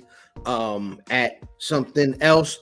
Pod, there's no G because we all the G that you need. Season 2 soon come. We working. We're already working. We will see y'all in a bit, man. And at Where's Buffy every single Friday night, man. We're gonna have that real grown man talk tomorrow. Grown man bar, something you got to deal with. Shout out to Diz. Piece of Diz. Shout out to Diz. Oh, Diz man. gonna beat you up, Drip. I had to. It was a layup. I'm like, 8 minutes? Like, Drip, you wildin'. Drip. We gotta get Diz on the pod one of these days. we do, yeah. I gotta go over the words Buffy so we can have that Godfather go. conversation like Bam brought up. You know, because We'll see, Drip. We'll see. I don't know But, if you're allowed over there. No, I'm just kidding. you can. Wait, hasn't been on Where's Buffy? Come on, like, hey, Shane. Hey, don't. It's not. It's not based upon race. Yeah, I was gonna say don't judge. Don't judge if Oh, you I'm could too be on there young? based off of other people that's been on there, Drip. Yeah. You don't know the Again, criteria. You can follow me on Soon Twitter. come. Soon come. Go, Drip. You can follow me on Twitter at Davis aka Drip, Instagram Davis:DC, Banks vs Davis on YouTube every Sunday, Banks vs Davis Patreon. White Noise will be off this weekend, be back next week. Special live show coming up in the next week or two. I got a special episode planned with a special guest. Free Keeks, shout out to Keeks, free at Dastardly Duo 3. Shout out to the Droplets, because I am your BRP predictions champion, and after Crown Jewel, I will remain your BRP predictions champion. Hee-haw. We'll see. There is, I mean, don't let Drip. There is like a little baby PSA, White Noise dropping this weekend. There's also The Halloween Gauntlet. well that's for the future. There's a special Bulls in the China shop hitting Patreon. There's another Black Rasslin Podcast Club hitting the Patreon at some point. Shouts at Emilio Sparks. Pay the 1, pay the 10 over at patreon.com/Black Watch every Monday. Black Watch That every fraud. Monday. Downtown Tony Brown. White Noise, Black Rasslin Podcast Club, some other shit. There's gonna be some other stuff going on. Trying to figure. We'll see. Trying to figure out the Reign of Watch Along. At some point, there's going to be a couple more Q&As and lives going on. We'll keep you Black posted. Panther watch along, maybe. We'll keep you posted on all. Again, if you're not connected to the Patreon, really, you could pay just $1, but really, you want to pay the 10. Shouts to the chat, especially anybody hitting the super chat. Shouts to anybody checking out something else. I really appreciate all of y'all for being that tuned in. They say it's coming back soon, so I'll let y'all know when it's back. Salute to anybody copping merch, anybody tapped into the YouTube every week. Appreciate y'all. We gonna get the fuck out of here. Ain't that great? We gonna get the hell out of here with a classic. Like me or not, I didn't come up here to be liked. I came up here to get paid.